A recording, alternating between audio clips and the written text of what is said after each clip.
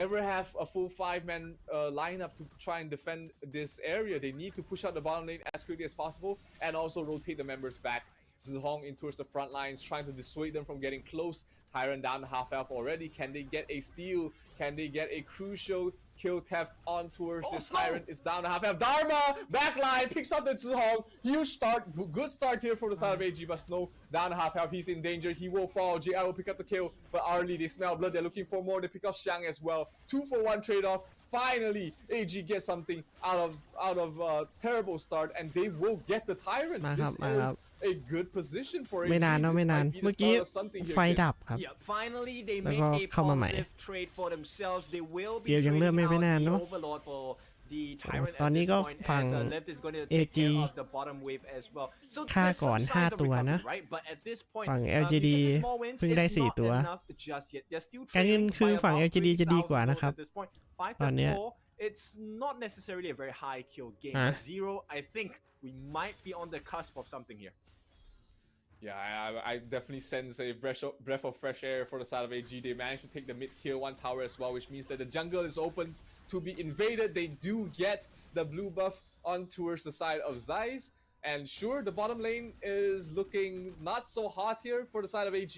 But hey, this is a position that they would more than happy to play in after that terrible start. And we might see a much closer team fight happening very soon in this mid. Oh, for sure. If you take a look at the itemization by the RLE here, Zeiss already has the Eternity Blade. Somehow suddenly pops up with the Eternity Blade. Crimson Reaper and the Cloud Piercer as well will be going for the Daybreaker for the additional Pierce. And at this point, if he plays his cards right with the Maple Dance, he could mute JR and it could be a huge turnaround in the team fight as well. Yeah, absolutely. I mean, the burst damage coming from Arlie is slightly more sustainable compared to the Lady Sun. Lady Sun kind of needs some downtime between her bursts, but Arlie with the auto attacks is just too much damage to really deal with if you're not able to constantly on the same mirror target. But here, top lane being pushed out by the Shadow Vanguard, and they will lose the top tier 2 tower and the mid tier 1 tower as well. LGD not letting go of the pressure, not slowing down even after they took a bad fight. They still smell blood in the air and trying to get a pick off before they go for the next objective. Yeah, but I think we have to keep our eyes on Snow, right? I think Snow has been making such fabulous plays. More importantly, he's actually catching out Zhong, right? And I think taking out Zhong takes a lot of the burst potential, a lot of the fear factor that comes in when you're going up against LGD. Oh, absolutely. I mean, you remove the highest burst hero on your opponent's side before this fight even starts. I mean, Snow would be more than happy to trade his life for that every single team fight, because he knows that as soon as he's done his job, he's more than okay to let his team finish off the rest. Because really, like Dharma, after Flash Ultimate, you're more than happy to just let him soak some damage and just die off. And as long as you're getting a favorable trade, that's always going to be beneficial for you. Yep, and the one thing I really like about the gameplay that AG is offering at this point is they render quite useless at this point, because they just skip him altogether, right? Yeah. Let's not fight the beast. Let's just skip that boss and move ahead to the next level. Yeah, just in a tough spot. Do I stick to JR all the way, or do I want to jump backwards and protect maybe Zhong or maybe JR, whoever's in the backlines to make sure that they survive. And the moment he jumps back, suddenly his front line isn't looking that hot, because once you don't have that shield on towards the front, I mean, Byron, as tanky as he is starting to fall off in terms of the survivability as that hero does after the laning stage. So Ze is going to be forced to be making some tough decisions. Xiang cannot play too aggressive as well. LGD might need to make some sort of bait play to bait players to jump towards the back and then defend their front, but it's not going to be as easy. It's not going to be as simple as how it happened in game number 1. Yeah, they can't exactly group up, because that is a perfect scenario for the Destructive Deluge as well. Right now, we're going to have eyes on LGD attempting this Shadow Tyrant. It's falling low, half its health, 20,000 health left.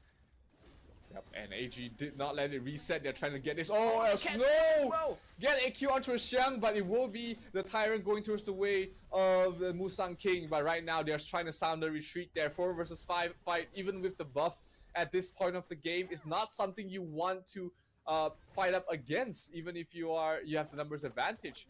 So here, Zeiss will start off the Vanguard. That's going to give them additional lane pressure to try and even out the side lanes. And if they are able to get this, Mirror Blaze gets the steal! โคตรบ้า gets the crucial แย่งได้ kill เฉย there, อะ and that completely takes เอา the เรื่องจัด win อะ away from the sails of AG. And potentially might be sounding the end of this game. I mean, it's too early to call. โอ้ AG อย่างงี้ has เกม managed to force LGD เรียกว่าจ to บเลย play ได้เลย the นะเนี่ย longest จริง game of their tournament so far, which is a achievement of its own. But เตรียม ปิดประตูบ้านเลยค clutch รับ play from Musang ไม่น่าเหลือ King might be sounding the end of game number 2. เกม2น่าจะเป็นเกมของ LGD เลยนะเนี่ย โอ้ AG พลาดเองเลยทำเกมมาดีอย่ามังกรให้เขา Myosotis will fall. Too much damage from JR Okay. there. But they do get a trade on towards Musang King, so 1-for-1 trade, not the worst deal in the world. Jungle for jungle. ถือว่าแลก If กันไป you're คนละ behind, 1 you นะ take any trade, ผมว่า or if you can. Zhong playing on a nice edge here. เก Already ม down ยังจบ half ไม่ได้ health, ครับ trying ดู to ทรงละ poke and prod a little bit as well, but looks like ต้อง that หา would be จัง the ห end วะ of the แบบไฟ aggression ท์ from ดีๆอ่ะ LGD. They are going to go back to the jungle, wait for the next round of jungle buffs for Musang King to get. But let's take a look at this pick-off once again. Snow going back, going for the kill onto Xiang. Xiang can't really sustain the damage from both the Dharma as well as the Arlie, and he did fall before the fight even happened. Yep, so we see a pretty clear win condition, right? As long as you get Zeiss safely, he should be able to deal a lot of damage. They will be able to win the team fights. And like you mentioned earlier in the game, the team fight potential from AG is scary as well. It's really just about positioning. And if they manage to get out Zhong or maybe even JR in the early stage of the fight, it could be the win condition that they've been searching for the entire game. Yeah, absolutely. AG has so far been managed to play the mid game very well. Not really letting LGD do whatever they want. Has been able to get a couple of crucial stops. Have been able to just slow down the exponential net worth increase that we do see LGD get time and time again. But here, tier 3 tower top lane, one hit by JR and it will fall. Can AG get something out of this? tower สุดท้ายแล้วครับ able to survive just in time. And ค่อยๆต่อไปเรื่อยๆก็ได้นะเนี่ยฝั่ง LGD เนี่ย but net worth at this point in time, this 3,000 net worth AG ต้องรอจังหวะเขาพลาดจริงๆถึงจะได้นี่ไง Yep, another 2 more minutes before the Tempest comes in. They get the lockdown on Musang King as well, but he will be making it out. But here comes the cavalry on the side of LGD. They're looking for the next fight to end the game. Yeah, Snow, not too much commitment from him though. He only did use the flash, so he's still okay to take the next fight if it comes anytime soon here. Myosotis a little bit too deep. I think the damage might be too much, but oh, done very tanky with the tie-in, able to heal him up to full after that as well. แม่งโดน He's หลาย done his หลาย job. สกิล He's อยู่นะ done เมื่อ his กี้ early game aggression, ยืนได้ stopping the เลื่อนรถ tempo แค่นิด from เดียวเนี่ย LGD, and now he's just the tank in the front lines to set up his team for vision and information. Yeah, but I like the confidence by LGD, right? In moments like this, you would want to be concerned about the primal bond, but at this point, LGD really don't care too much.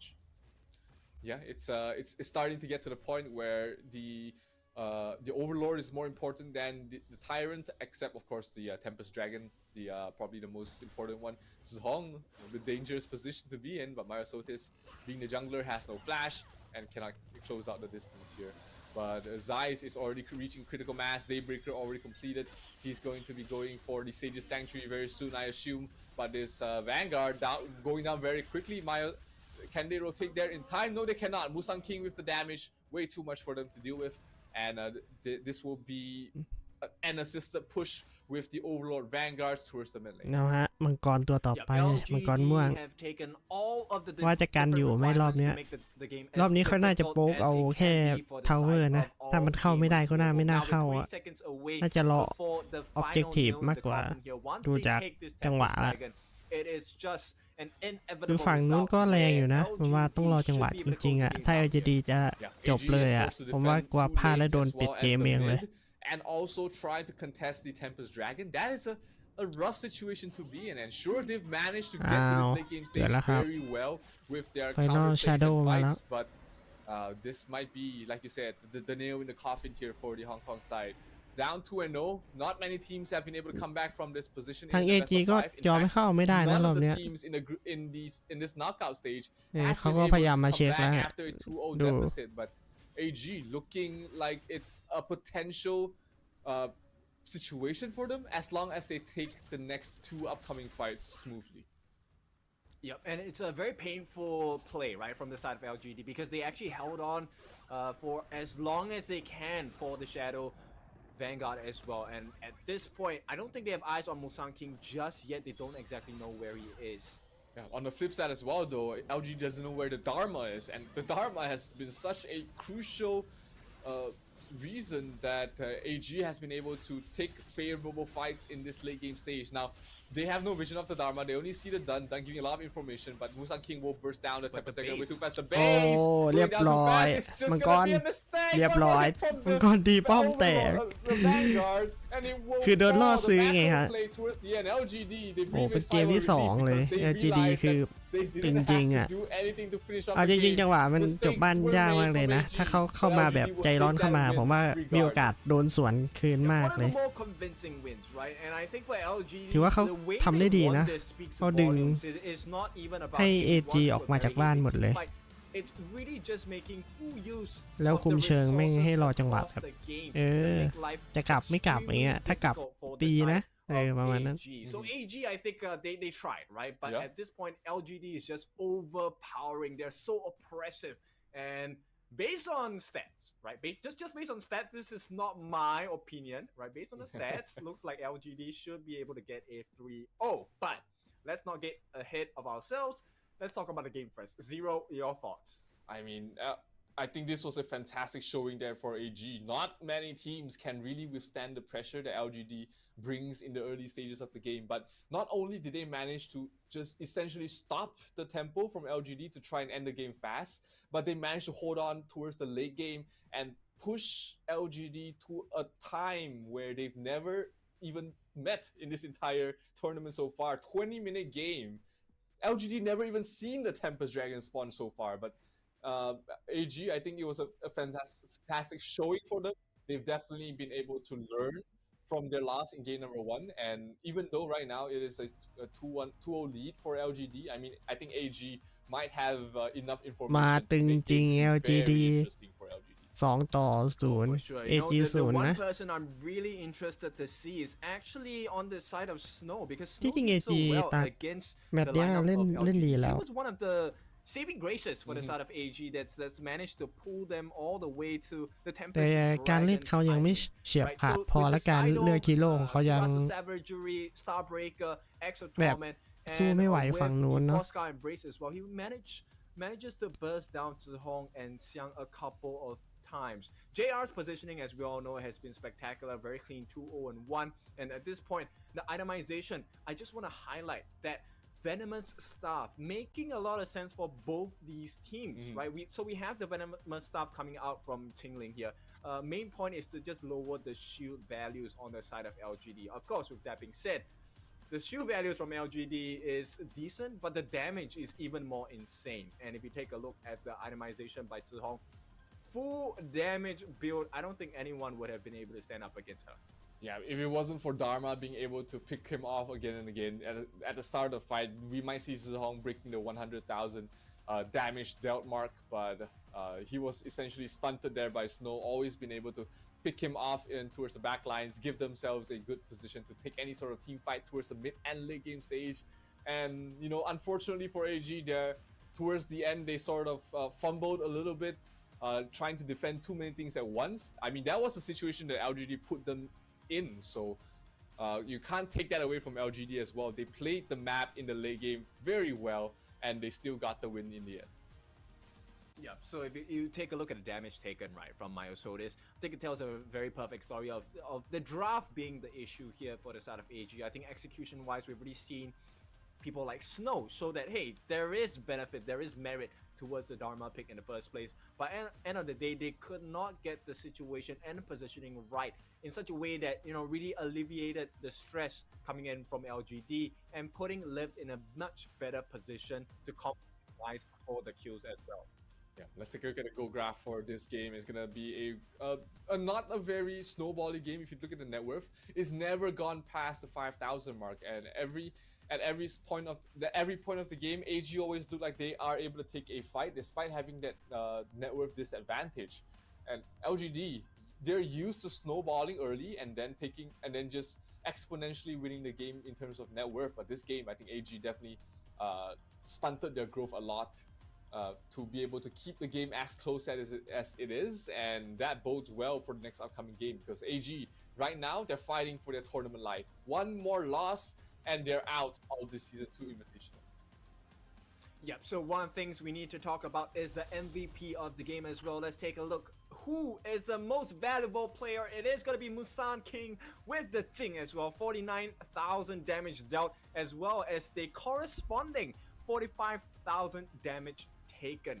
Now, very good job on Musang King. I think, yes, he did die a couple of times, but that was all the buy positioning for the team. He was always the sacrificial lamb for the perfect trade. So be it the death in one lane so they could take the turrets, take it in such a way that they won the objectives as well. Doesn't matter. LGD just outplayed every single instance on the side of All Gamers Global. So I thought, the start of the game was really good coming from AG. But slowly but surely, once Musang King hit that itemization with the Exo Torment, I think that was where it started to crumble. Yeah, absolutely. It was a fantastic start there for LGD, getting towards that 3,000 network very quickly. But AG, to their merit, was able to slow things down with a couple of crucial pickoffs like this. Snow on towards the Dharma, they pick off Musang King. LGD, they push the timing, push the tempo as they took a couple of bad fights. Snow with another good pickoff onto Xiang here before the bottom fight. And it was if it wasn't for Musang King, the MVP, with stealing this exact moment, if it wasn't for Musang King, I think we might be seeing a completely different outcome of the game. But crucial steal on towards that Shadow Overlord, and they were able to finish the game off with that tempo stopper on their side. Yeah, and if you take a look at it, like the positioning on the side of the team, it was just much better, right? Crystal clear on the side of LGD about what to do, what are the win conditions, and they ticked every single checkbox for the side of their team to make sure the win came in as easily as possible. And I would say this is the strongest display of dominance, right? The fact that you win a game without even appearing in the base. So that is the typical LGD that we are going to be expecting coming out from our Malaysian counterparts here.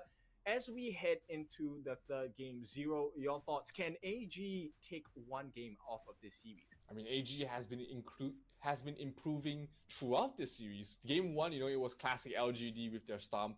Game 2, you do see AG being able to find chinks in their armor, being able to slow them down and be able to take the fight to the late game. Now, if AG was able to have a little bit a better draft, I would say, or even if they were able to take one good team fight towards the end of the game, that might have been a completely different outcome overall. But I think this might be the chance that AG might find a way to break the armor of LGD.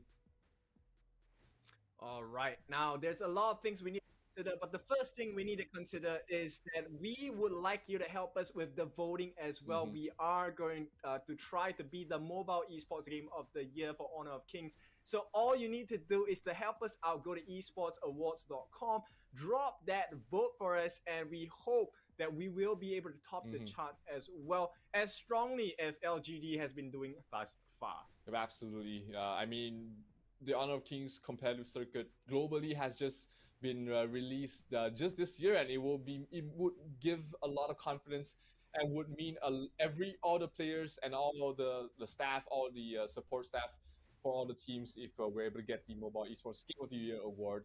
And of course, to give all you guys something back as well, if you subscribe to all our social media, be it YouTube, Facebook, Twitch, be in a Discord group, a Discord channel, or even on Instagram, if you follow and share all of our social media platforms, you stand a chance to win Infinix gaming gadgets and also permanent skins, rewards, good gaming phones, watches, so many that you can pick off as long as you be a part of our social media. All right, so journey into the Hero's Gorge and journey into Honor of Kings with us as well. Right now, we're going to bring you on a slightly familiar journey. This is going to be the likes of LGD Gaming from Malaysia going up against our Hong Kong counterparts, All Gamers Global, as what seems to be the possible last game of the series as LGD looks to end the game with a bang. Yeah, with a bang indeed. They've been pushed to the longest game they've had in game number 2. So right now they look like they want to clean up their act a little bit here and try and end the third game as cleanly as possible. It's not a tall feat because AG has been proving that they are a formidable opponent in this knockout stage. But hey, LGD playing in front of their home crowd, they have the support, they have the energy of the crowd in Sunway Velocity Mall behind them and on their shoulders as well. So it's up to AG to try and just try and quieten down the crowd a little bit. Oh, for sure. So at this point, I think we have already established, right, where the potential win condition comes from, and that's going to come in the form of the draft. So AG, I think they need to do a little better than the first 2 games. We have seen improvement already. Now we need them to fully level up. Absolutely. It's going to come down to the draft once again. Game number 1 was a very one-sided affair. Game number 2, AG looked like they had something to say about that, but LGD still took the win regardless. So game number 3, will it be once again a repeat performance for LGD, or will AG finally break through and get a win for themselves on the book here? Mai and Heino banned out from the side of AG, and LGD take out the Dun and the Da Qiao.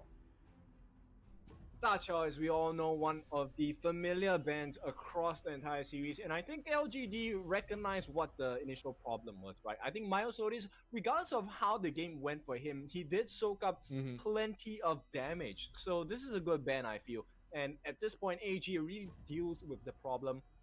I know definitely something they don't want to fight against, and with the reset for the Fate Rewind and whatnot, and they do get their hands on the RLE, so this is a pretty decent start. You have to get their hands on the RLE. They lose the Lady Zendo to the side of LGD, and they manage to pick up the Zhang Fei as well. So a lot of team fight here for LGD with their first 2 picks. AG does get their hands on the probably the highest tiered marksman on the RLE, and they pick up the Mayin, which has been banned in the first 2 games of this series. So AG finally gets their hands on it. Interestingly, I think they picked the Princess Frost. If I'm not wrong, Princess Frost's percentages for winning hasn't been the best. If really. Best is even a word to consider when we have seen Princess Frost appear on the Hero's Gorge during the group stages as well.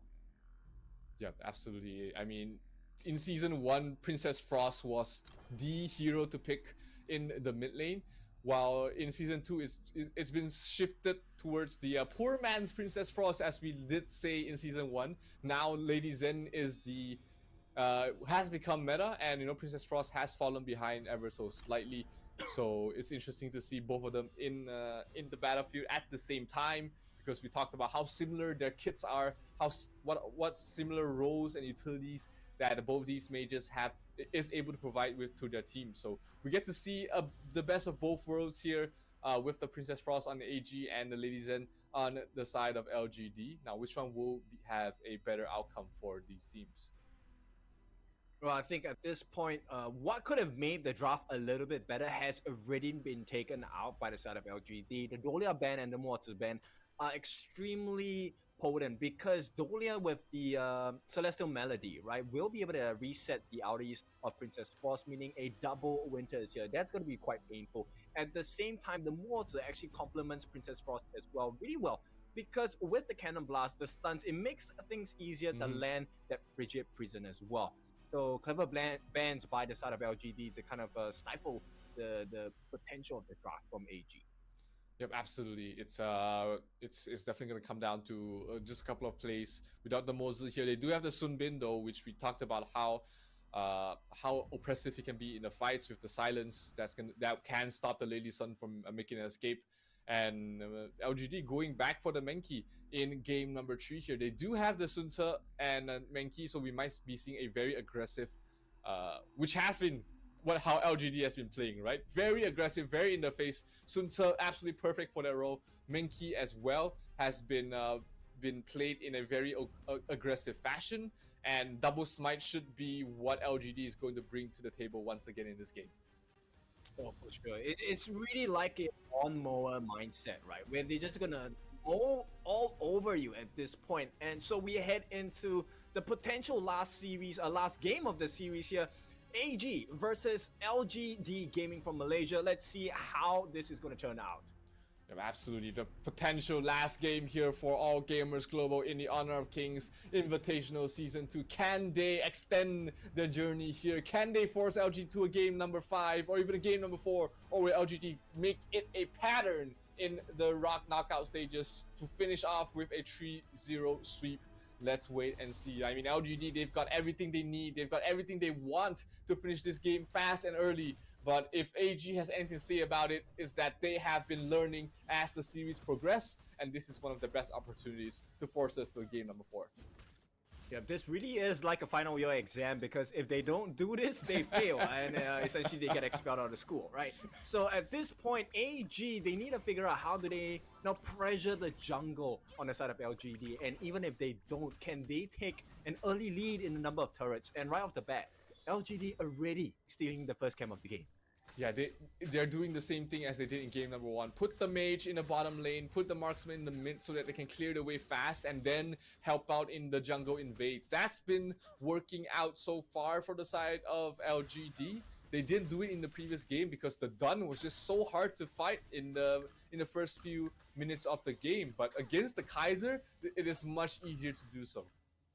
Yeah, but this is also why Arlie is banned out most of the time, right? Arlie's kit allows you to really dive in a little bit deeper than you normally can with the traditional farm lane and get a bit of damage, right? So Zihong actually didn't really have the best time going up 1v1 against Zeiss.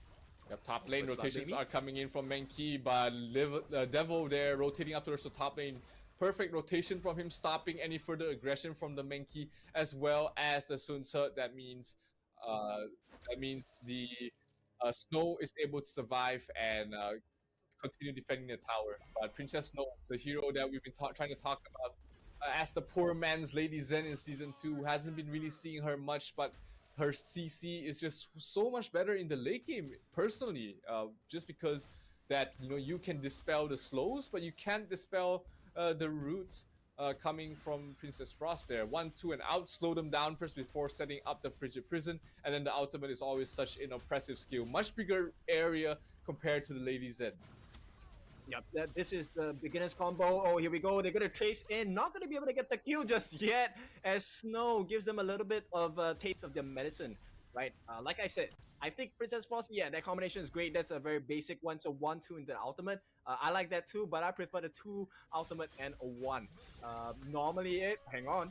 Oh, the Kaiser going for a kill on versus Hong. Great pickup there for the side of AG, and Xiang in trouble as well. Princess Frost dropping the ultimate where Winter is coming. Winter was there, but looks like he was able to survive just in time. So one early pick off there from the side of AG. They get the first blood, but they're being pressured on both sides. Bottom lane is being pushed out towards the tower. Musang King already in the Might Golem for the side of AG already, and the silence from Sun Bin trying to delay the steal, but they managed to get it anyways. Well, I'm just gonna challenge your idea of the poor man's Lady Zen, right? I think Princess Frost is pretty good at this point, right? And based on what's happening from the side of AG, I think this Princess Frost is doing a decent job at delaying the game for the side of AG. Absolutely. The ultimate is much easier to land the roots as well. And my personal favorite combo is actually out 1 and then 2. Just the out being able to set up the slow easier, and then you can get him in the freeze later on. But, personal preference, many ways work as long as you land the root on the second skill, right? Yeah, for sure. And at this point, we're looking at the first mega objective here. This is going to be a Tyrant. Yeah, Princess Frost drops the ultimate, time dropping very low, but Myosodis will be done to pick up last hit Sun Tzu towards the back line, but he will not follow up with that. The Kaiser dropping down very low, Snow going for a kill, and Xiang will die. Zace will be done to pick up the last hit, and Zeiss wanted to go a little bit deeper, but his teammates said, alright, we're done here, we got the kill, we got the Tyrant, and we're gonna back off. So great fight there by AG, able to get the Tyrant, get a kill, and then go back to farming mode. Yep, and for the first time, as Xingling probably gonna take a fall here, we do see AG making life a little bit more difficult to LGD. Is this a game that they can actually do it? This early game is as good as it gets here for AG. The tempo from LGD has been essentially stunted, and you know, Menki is one of those heroes in the jungle that falls off towards the late game, but Myosodis on the Kaiser, he does not fall off in the late game. He's still that tanky bruiser, very sticky in the front lines, and he can soak up so much damage towards the late game stages as well, while also providing that additional damage to his team. Snow trying to slow down Musang King here, but bad position. He has the red buff, which means that every attack he's going to be able to slow you down and do a bit of damage towards you as well. So top tier 1 tower falling towards the side of Xiang. But you know, AG, this is still a good position for them to fight if they want to. Around their tower, they're stalling them, not letting them get close towards the tower. But LGD has other plans in mind. They're going for the Overlord. Yeah, showing them exactly what they did in game number 2 there. So tunnel vision for the side of AG as they look to protect their mid. But in doing so, they let go of the bot T1 as well as the Overlord. So this is not the ideal situation for AG. Yeah, and here, Zhang Fei ultimate perfectly set up. Kaiser is gonna get separated from the rest of his team. The damage coming from JR starting to rack up, but Lady Zen's ultimate will stop them from progressing forward any further as well. So Myosodis is able to survive with his life, but Xiang will still fall in the end. So AG still have been able to get something out of every one of these fights. The only thing they're not getting out of it is any sort of objective across the map. Yeah, but AG still surprising every single person here in the crowd as well as LGD. So, you know, normally we would expect Xiang, once he sets sail, he's going to be able to get a kill or two. But this time, he's the one that gets taken out. And nonetheless, it looks like the T1 is going to be threatened shortly by the side of AG. Going to be dealt with by LGD at the same time. Yeah, good movements from both AG and LGD. AG really putting pressure on towards the top lane, but LGD with the rotations. Oh, Sun Tzu, where are you going? Is he trying to find a pick off towards the back line? He was trying to go towards the bottom lane rather quicker, it seems, as they are not able to stop them from taking the red buff. Kaiser pops the ultimate. Sun been silenced a bit too early in my book. Kaiser pops the invincible warrior, tanks up a lot of damage towards the front line, but they don't have to follow up. Lady Zen drops the her ultimate as well to slow down any further aggression, but that's one huge teamfight ultimate down from the side of LGD. Is this an over aggression from them? They have no more teamfight ultimate, but they will still manage to take the mid tier 1 tower before losing anything else. Yeah, I mean, it's tough to deal with them, right? So LGD, Musang King, yes, they don't have the ultimate, but he is a meat shield nonetheless, right? So he's able to soak up a lot of damage, by which time they should have recovery on the cooldown timers. So LGD, you know, looking like they're almost always in fighting shape.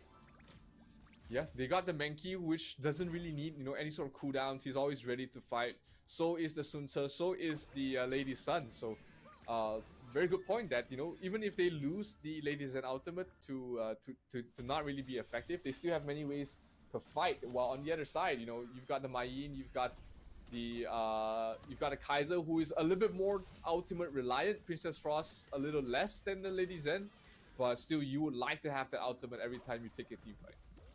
Yeah, but they need to slow him down, right? Because at this point, he already has the Prior Sky, Energy Core. He's already very tanky, right? And at this point, if they don't stifle the growth, they don't put a leash or cap on him, Musang King once again is going to run rampant around the map. Yep, as he did in game number 1, in game number 2 as well. And you know, Menki is not one of those heroes that is very flashy towards the late game stage. He doesn't provide a lot of damage, but boy oh boy can he soak up for his team. And here 2 heroes from the side of LGD trying to steal the Might Golem, but they're trying to get something else in return. pops the Invincible Warrior. Princess Frost drops the ultimate as well, trying to bring down Musaki, but it's just so tanky. He's only down to half health. Zhang Fei drops the ultimate. It's gonna miss though. Not really gonna connect on towards anyone, but the main objective is still the tier 2 tower. But oh, ladies, and in trouble. Ma Yin will break him down. Snow once again has Zhong's number in game number 3, and he will fall. Xiang trying to back away, but looks like AG wants a little bit more. They're going for the fight. Sunbin drops the ultimate onto Musaki. Musaki trying to back away.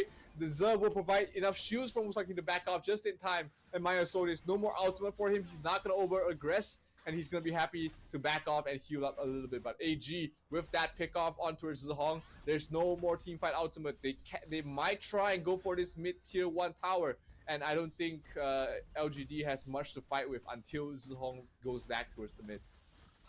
Well, we're gonna have to ask the AG fans to hold some hope, because there is some light for the side of AG. They have managed to stave off the growth on the side of LGD. More importantly, they seem to be winning team fight. It's a 4-1.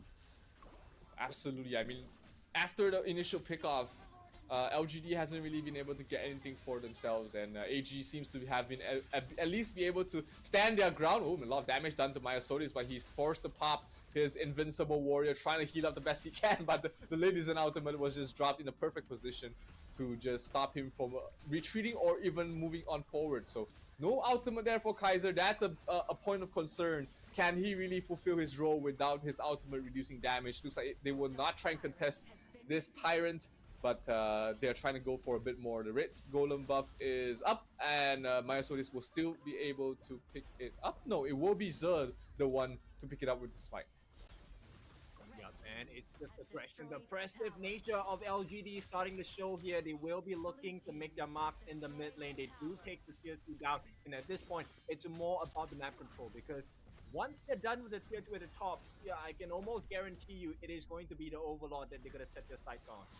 Yeah, position is perfect. Maya Sodis waiting for the ultimate. He doesn't have the Pure Sky yet, so he's gonna have to rely just on his ultimate to try and survive. Tier 2 tower towards the top does fall. JR is already starting to pack a punch on that Lady Sun, and with the protection of Ze on that Zhang Fei, he's gonna be very tough to deal with. Silence comes in. They want to try and pick off the JR before the fight even starts, but it's not going to be enough, because Zhong with that defensive ultimate will be able to keep them at bay. And now, like you said, they're going straight for the Overlord, and that's going to help them push up to the high ground. Yeah, I think they're going to be a bit more patient at this point. Allow JR to really hit the final strike of his arm, right? He's almost left with the second last item here, going for the Blood Reaper, and probably Sage Sanctuary as the last defensive measure. I think LGD normally play quite safe regardless of how aggressive they are, and this might be the final fight of the game. Liv gets caught. Oh no, Liv, the Zhang Fei ultimate did slow him down, and he has the Sun Surge going towards the back line. He's gonna get a kill on towards Liv.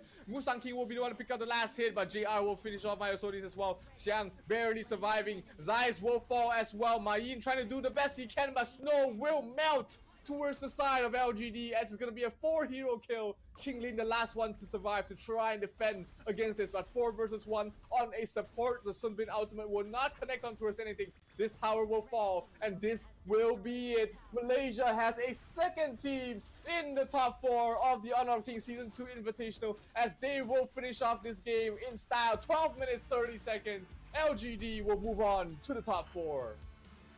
Alright, celebratory set sail. They're circling around the crystal right now. It's all about the sportsmanship. Congratulations to the second team of Malaysia, LGD Gaming, making it through to the next stage in the semi-finals. They will be meeting Loops. Is it Loops? No, it's not Loops. They'll be meeting Team Secret. Yeah. They will be in for a treat in these in the semi-finals, but still props to AG. A fantastic showing against LGD, but let's see what the winners have to say about it. Ladies and gentlemen, it's LGD and Chu on stage with the winners interview.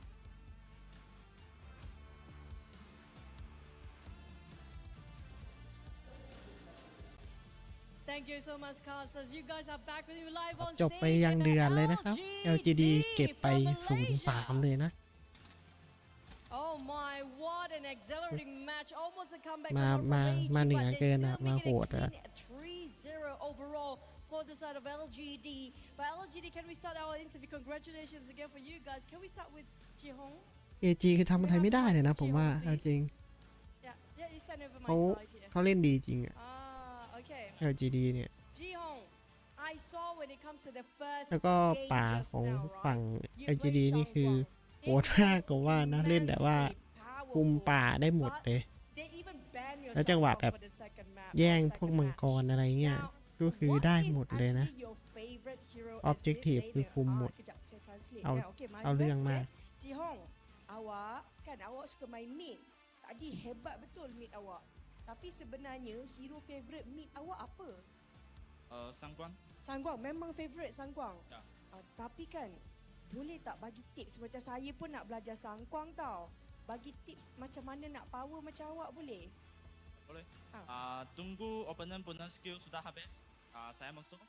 Jika ada durian, saya boleh masuk susah. Oh, macam tu eh. Saya pun baru tahu. Okay, I did ask him how to play a good Shangguang.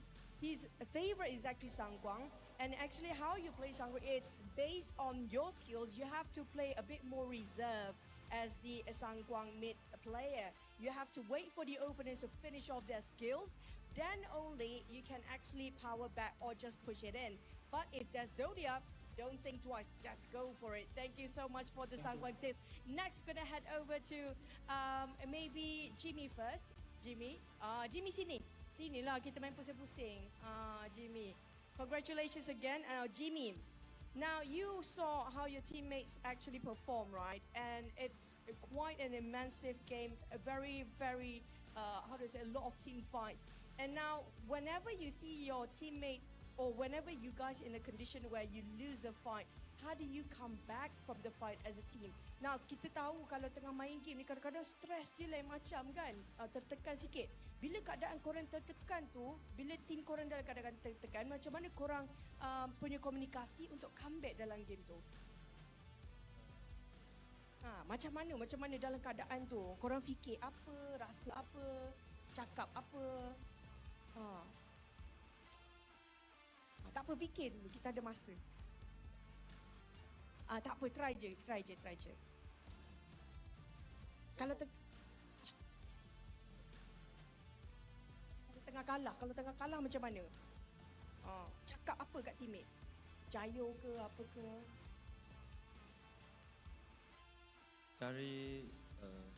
Cari momentum. Ya, momentum yang boleh menang. So macam mana korang tenang? Macam nak tenang? Boleh lah. Maknanya tukar gameplay sikit. Ya, tukar gameplay sikit. Biasanya korang cari siapa? Marksman? Jungler. Jungle dulu. Korang shut down jungle dulu. So I asked them, how do you actually try to come back? Because just now from AG, things are so intense. I feel like they might actually losing. But what would they do to come back in the game? What would the team do during the very critical moment? So he mentioned that they try to calm down a bit, try to slow down, and try to find any way to come in. And they try to aim for the opponent's jungle first. And last but not least, can we have the coach coming on all the way? This is going to be Joker. Thank you so much, Jimmy. And okay, Joker, ini soalan last. Okay. Sebagai seorang coach kan, macam mana Joker bagi pep talk sebelum start tournament biasanya? How do you give your team pep talk before the start of every single game? Because they are so disciplined. Yes. Actually saya ada cakap apa-apa sebab dia orang sangat confidence. Ya, just bagi dia orang enjoy the game. Sebab kita 5 orang ni sudah main kite team sudah lama.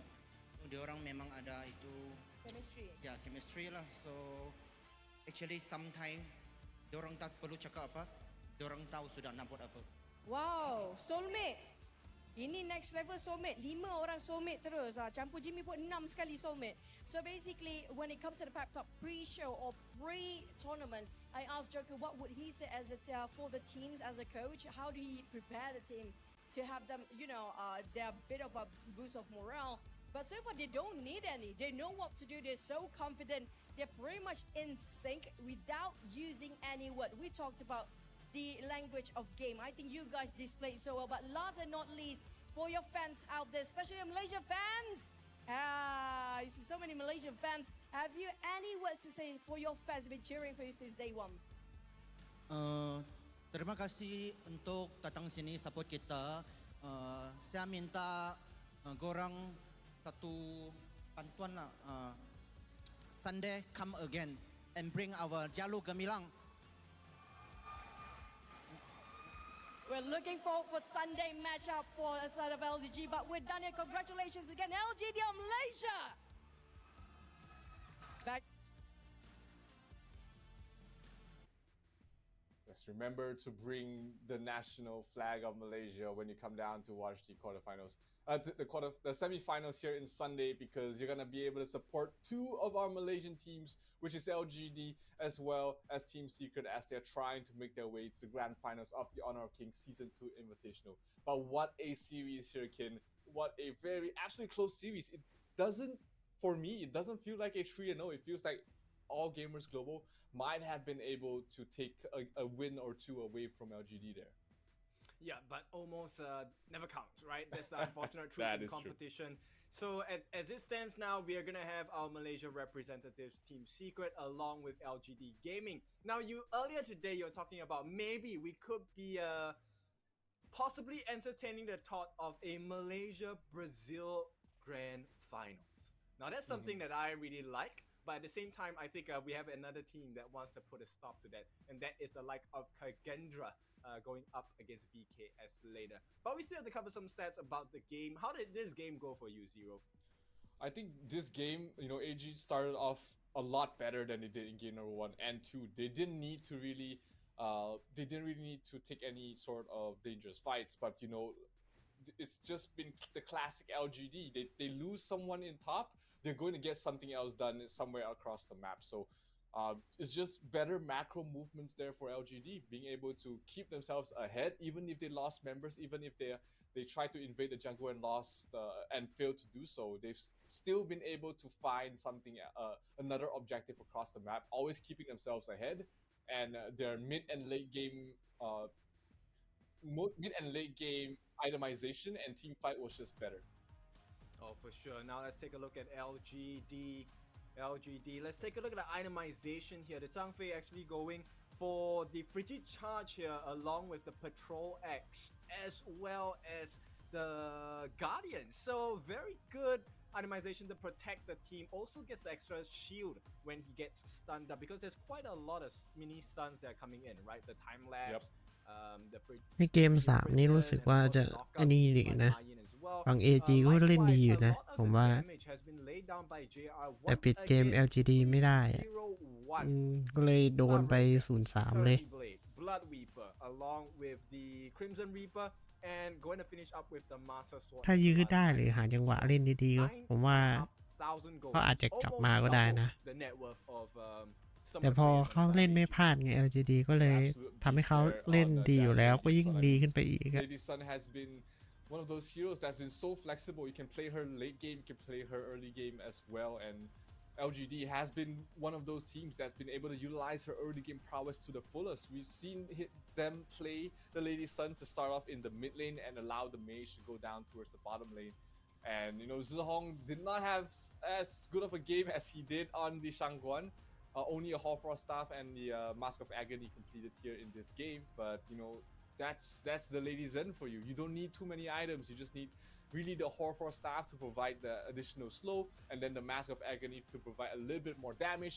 She's still going to top the damage charge regardless. Oh, for sure. And of course, the last play of the game there, the Season2 set seal. My goodness, that wraparound was so beautiful. It ended the game in such perfect unison for the side of LGD. And I think what a way to end the game, right? 3-0 as we move on to take a look at the damage and damage dealt statistics later on as well. I think we can expect close to maybe 150,000 damage dealt by JR. Would be slightly less. I think Lady Zen will still top the damage charts just because of how that hero is. And yeah, Zhihong almost 100,000 damage dealt there. JR not getting to that point yet, just because the game ended a little bit too fast. That it's only up till the 16-minute mark is where you really see JR on the Lady Sun. That's gonna be doing way too much damage, but of course Lady Zen just with 2 items is still topping the damage chart on their side, while All Gamers Global lived on the Princess Frost, still did her utility, her job, but ultimately it was just not enough to stop the aggression coming from the side of LGD. And Xiang as well as Musang King on the main key as well as Sun Ce played the early game aggression very well, and towards the late game stages as well, providing that information as well as hooking up their damage, set up JR to have a very easy time just to stand around and deal damage. Yeah, exactly. The combination with him and Zhe has been quite phenomenal thus far. If we take a look at the team fight rate for Zhe specifically, 100%. He was in all of the different team fights. He was always there, leaping savior, giving them the shields as well. And most of the time, I think he did not miss a single unbridled outburst. Every ultimate really hit his mark. There were a couple of moments where he missed Zeiss, but it's Zeiss. It's not RLE. It's hard to catch her. Yep, absolutely. It is. When you have so many heroes in front of you, that's going to be able to protect you, and of course the shields that Ze is able to provide as well is immensely helpful for a squishy marksman like the Lady Sun being played there by JR. And in this game, the net worth didn't really grow exponentially as something LGD is familiar with, but they were still able to get a steady income in terms of the net worth and item progression. And towards the end, the damage was just too much. They couldn't withstand it from the Lady Zen as well as the Lady Sun. Yep, I mean AG kept trying to pull LGD under the water, but LGD had a life jacket. They never went down. They were always staying afloat. They were always getting a trade. Now let's see the MVP that made this all possible as well. I have a feeling it's Musang King. It is going to be the Sun Ce instead. Xiang here, 24,000 damage dealt along with 37,000 damage taken with a KDA of 0, 2, and 4. It was not about the KDA, it was about the movements across the map, the way he entered the scene as well. Flashy as hell, and what a result of all the movements he did. Oh, absolutely. He was everywhere across the map. The team fight, his initiations, as well as cutting towards the backline, set his team up for victory. And Xiang definitely was very instrumental in getting LGD their third win in this series. And if you take a look at what happened in game number 3, we can see, LGD just off to not the hottest of starts they've ever had. They lose members, they try and rotate someone out to help, but they don't really get anything else. And AG was able to get the first tyrant of the game. Sun Ce was able to stop the tempo, and they lost members here. But while all of this happened, while all of this was just AG responding very well, the classic LGD came back with taking good fights, good trades across the map, keeping the net worth ahead. And then when they reached a power spike, that's when they put pedal to the metal and really just focused on trying to finish the game there. Yep, you have to take notice of Xiang specifically throughout the entire game as well. Xiang was always responsible for catching out Snow, and with this last play of the game here, crashing into 3, I believe, at the last moment of the game, allowing them to actually get the win because he bought so much time, right? Every single time he controls Snow, they pretty much control the map because the Mayin wouldn't be able to do anything against the likes of LGD. Now, this is going to be the matchup for the next day as well. So Loops will meet แมตช์ต่อไปครับ in the semifinals. This is going to be a banger. รอดูครับ TS จะเจอกับใคร Now it's going to be the Brazilians going up against the Malaysians who will top หรือว่าทีม Secret ไอ้นี่ฝั่งนี้ผมก็เชียร์ Secret นะครับให้เจอกับ LGD เอาจริงมารอดูนะครับว่าจะเจอใครทีม Secret จะเจอใคร VKS trying to make this a Malaysia Brazil finals here, and let's see if that's going to be the state of the story if Kagendra gets their way. It's going to be a rough situation for Kagendra. They want to try and break the pattern here. They want to try and make an upset, but their opponent is the defending champions of the Season 1 Invitational.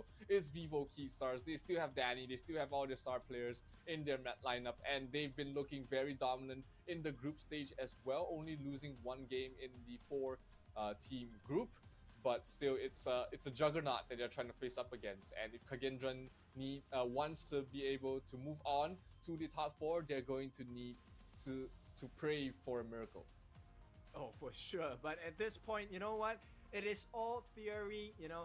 Theory and practice are two different things. So of course, with that being said, I think, of course, we pay respects to Season 1 champions, but nonetheless, they are humans as well. As LGD have already put it very clearly in the earlier interviews, they have 10 fingers, we have 10 fingers as well. It is all coming down to the actual execution of the draft.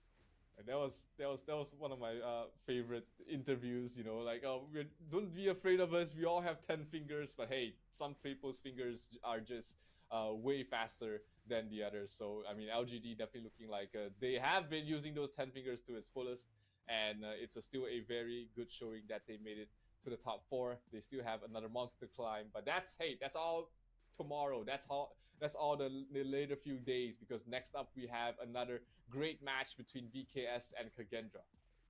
Yeah, so thoughts on this? I mean, okay, VKS, let's talk about it realistically, right? I think Kagendra, I think they do have some potential in them, but yes, they are going up against Season 1 champions, and there is a reason why they're champions, right?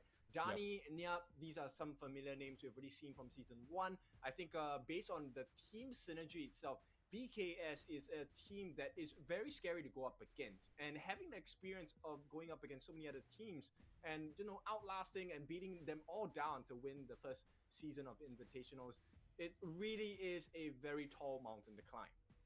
Yeah, absolutely. I mean, VKS is not an easy opponent by any stretch of the imagination. You have to be perfect in your execution, or you need some cheesy strategies. I mean, we did see VKS drop a game against Boom Esports where they played an Athena Pei combination, something that VKS actually faced up against in their Season 1 grand finals against Alpha 7.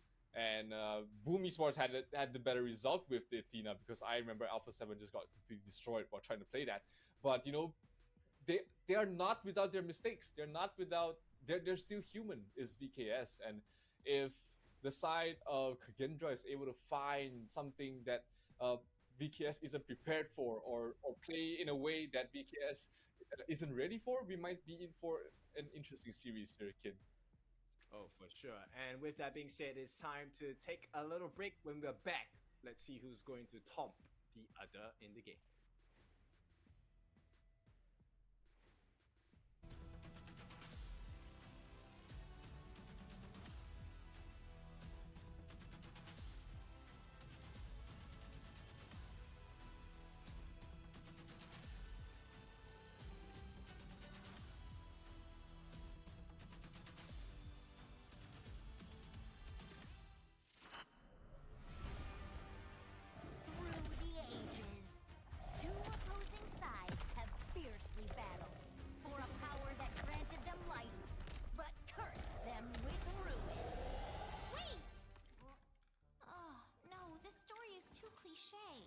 Maybe we can find inspiration from other stories.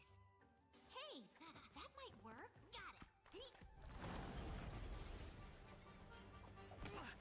เดี๋ยวออกไปหาอะไรกินก่อนนะครับหาอะไรทานก่อนโอ้น่าจะมาทันป่ะแมตช์ต่อไปเนี่ย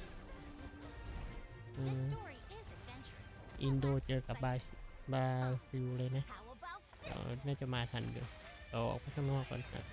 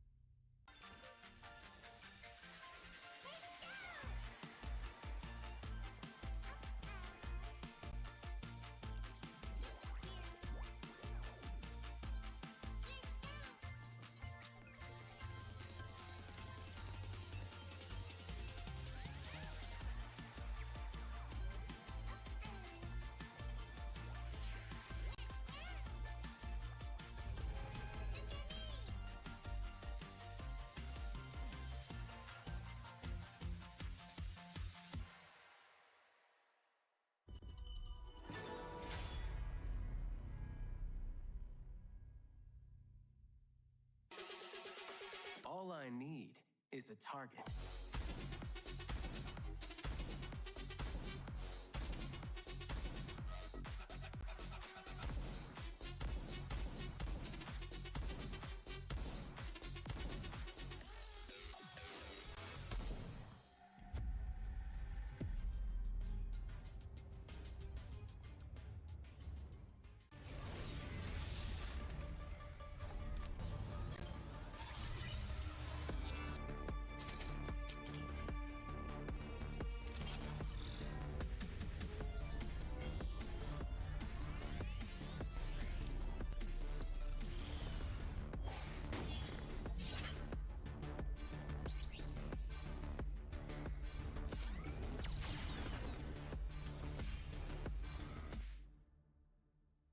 You want to be strong? Learn from the pro now.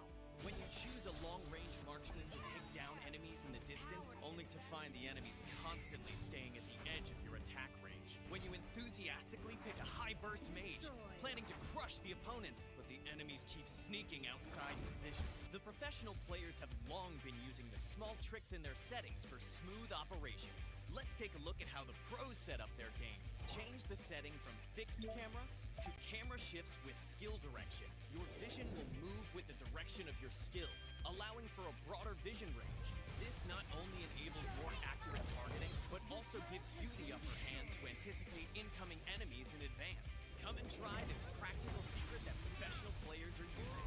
Play like a pro to dominate the enemy team effortlessly. Learn from the pro. Learn more from Honor of Kings Global Esports.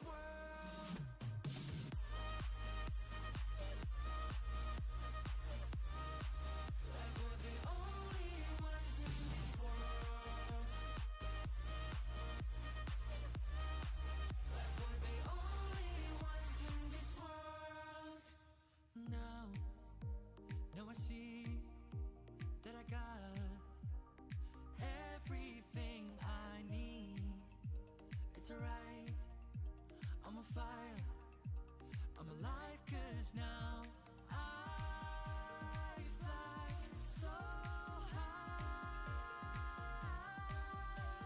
so high, light up the skyline. Let's do it this time, like it's a whole new colorful world.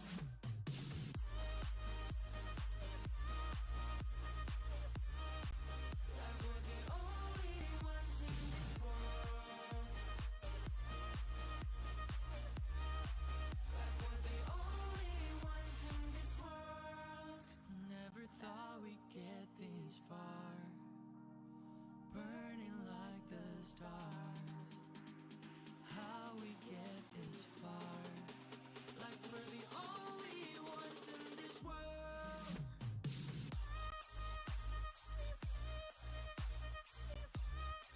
Like we're the only ones in this world.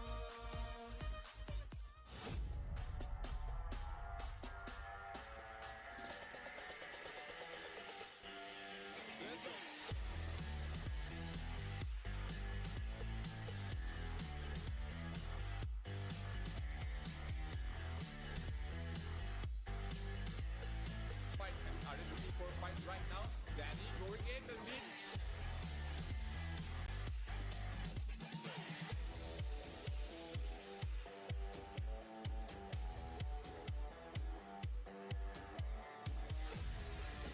Well, confident by Fang. Fang doing the time damage from Danny as well. Taking up the win sheet as well. Niap is looking.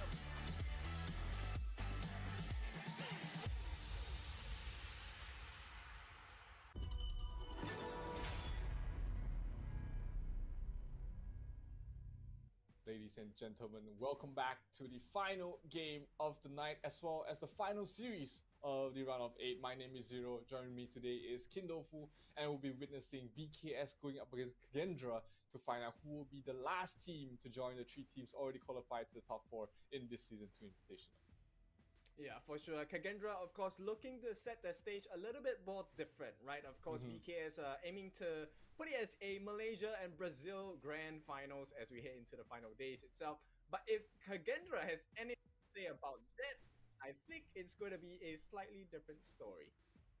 Yep, absolutely. And of course, all these players are already qualified for the Esports World Cup. They are the top 8 that will be representing the region and the world to qualify to try and fight it out there for a much bigger prize. Of course, you know, this collaboration brings our teams one step closer to the most anticipated esports event of the year. So make sure you keep your eyes up on this tournament and of course the EWC action that will be happening very soon as well.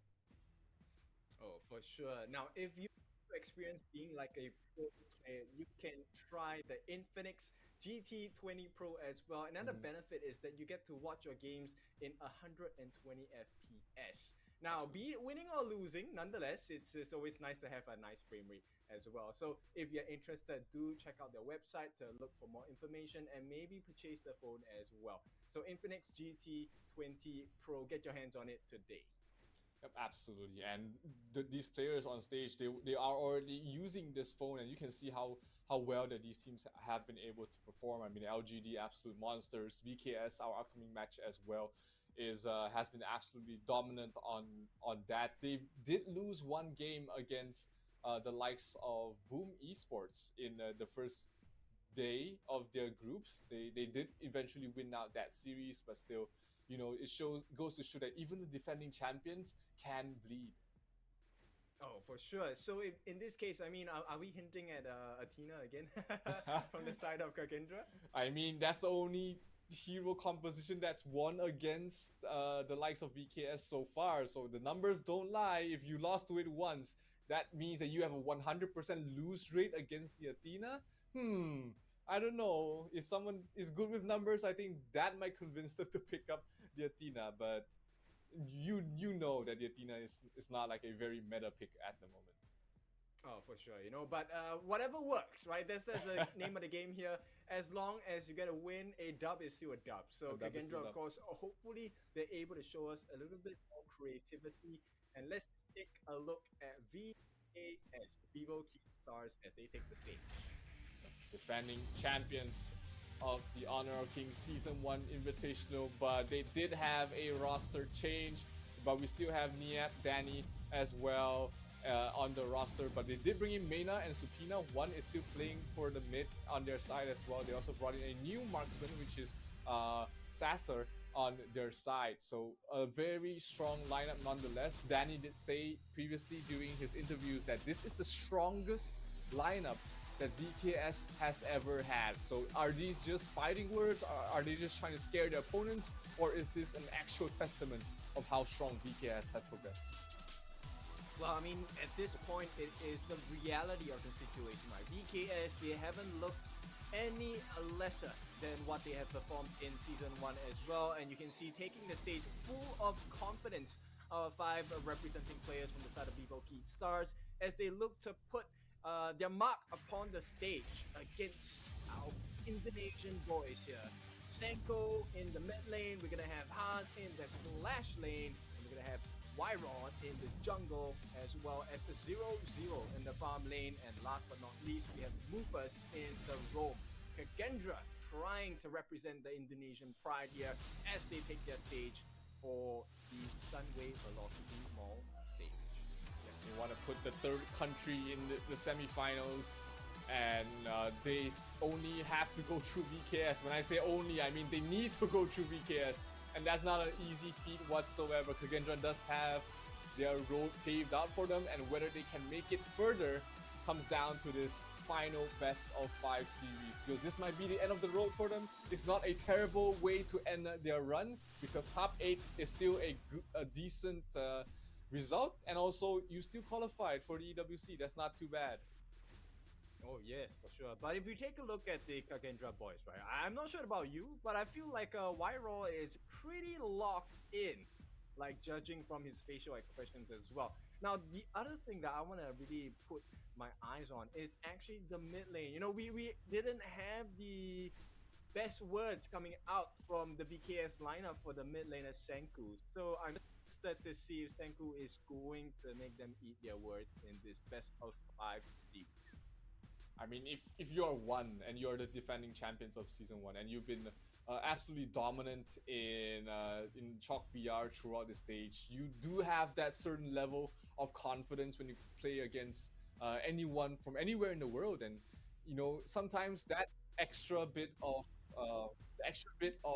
confidence in yourself and in your team can go a long way, especially when your backs are against the wall. But VKS, plenty of experience in their belt. 3 of the 5 championship roster from Season 1 is still playing together, and they've just bolstered their lineup even more with Sasser as well as Mena in the 2 core roles.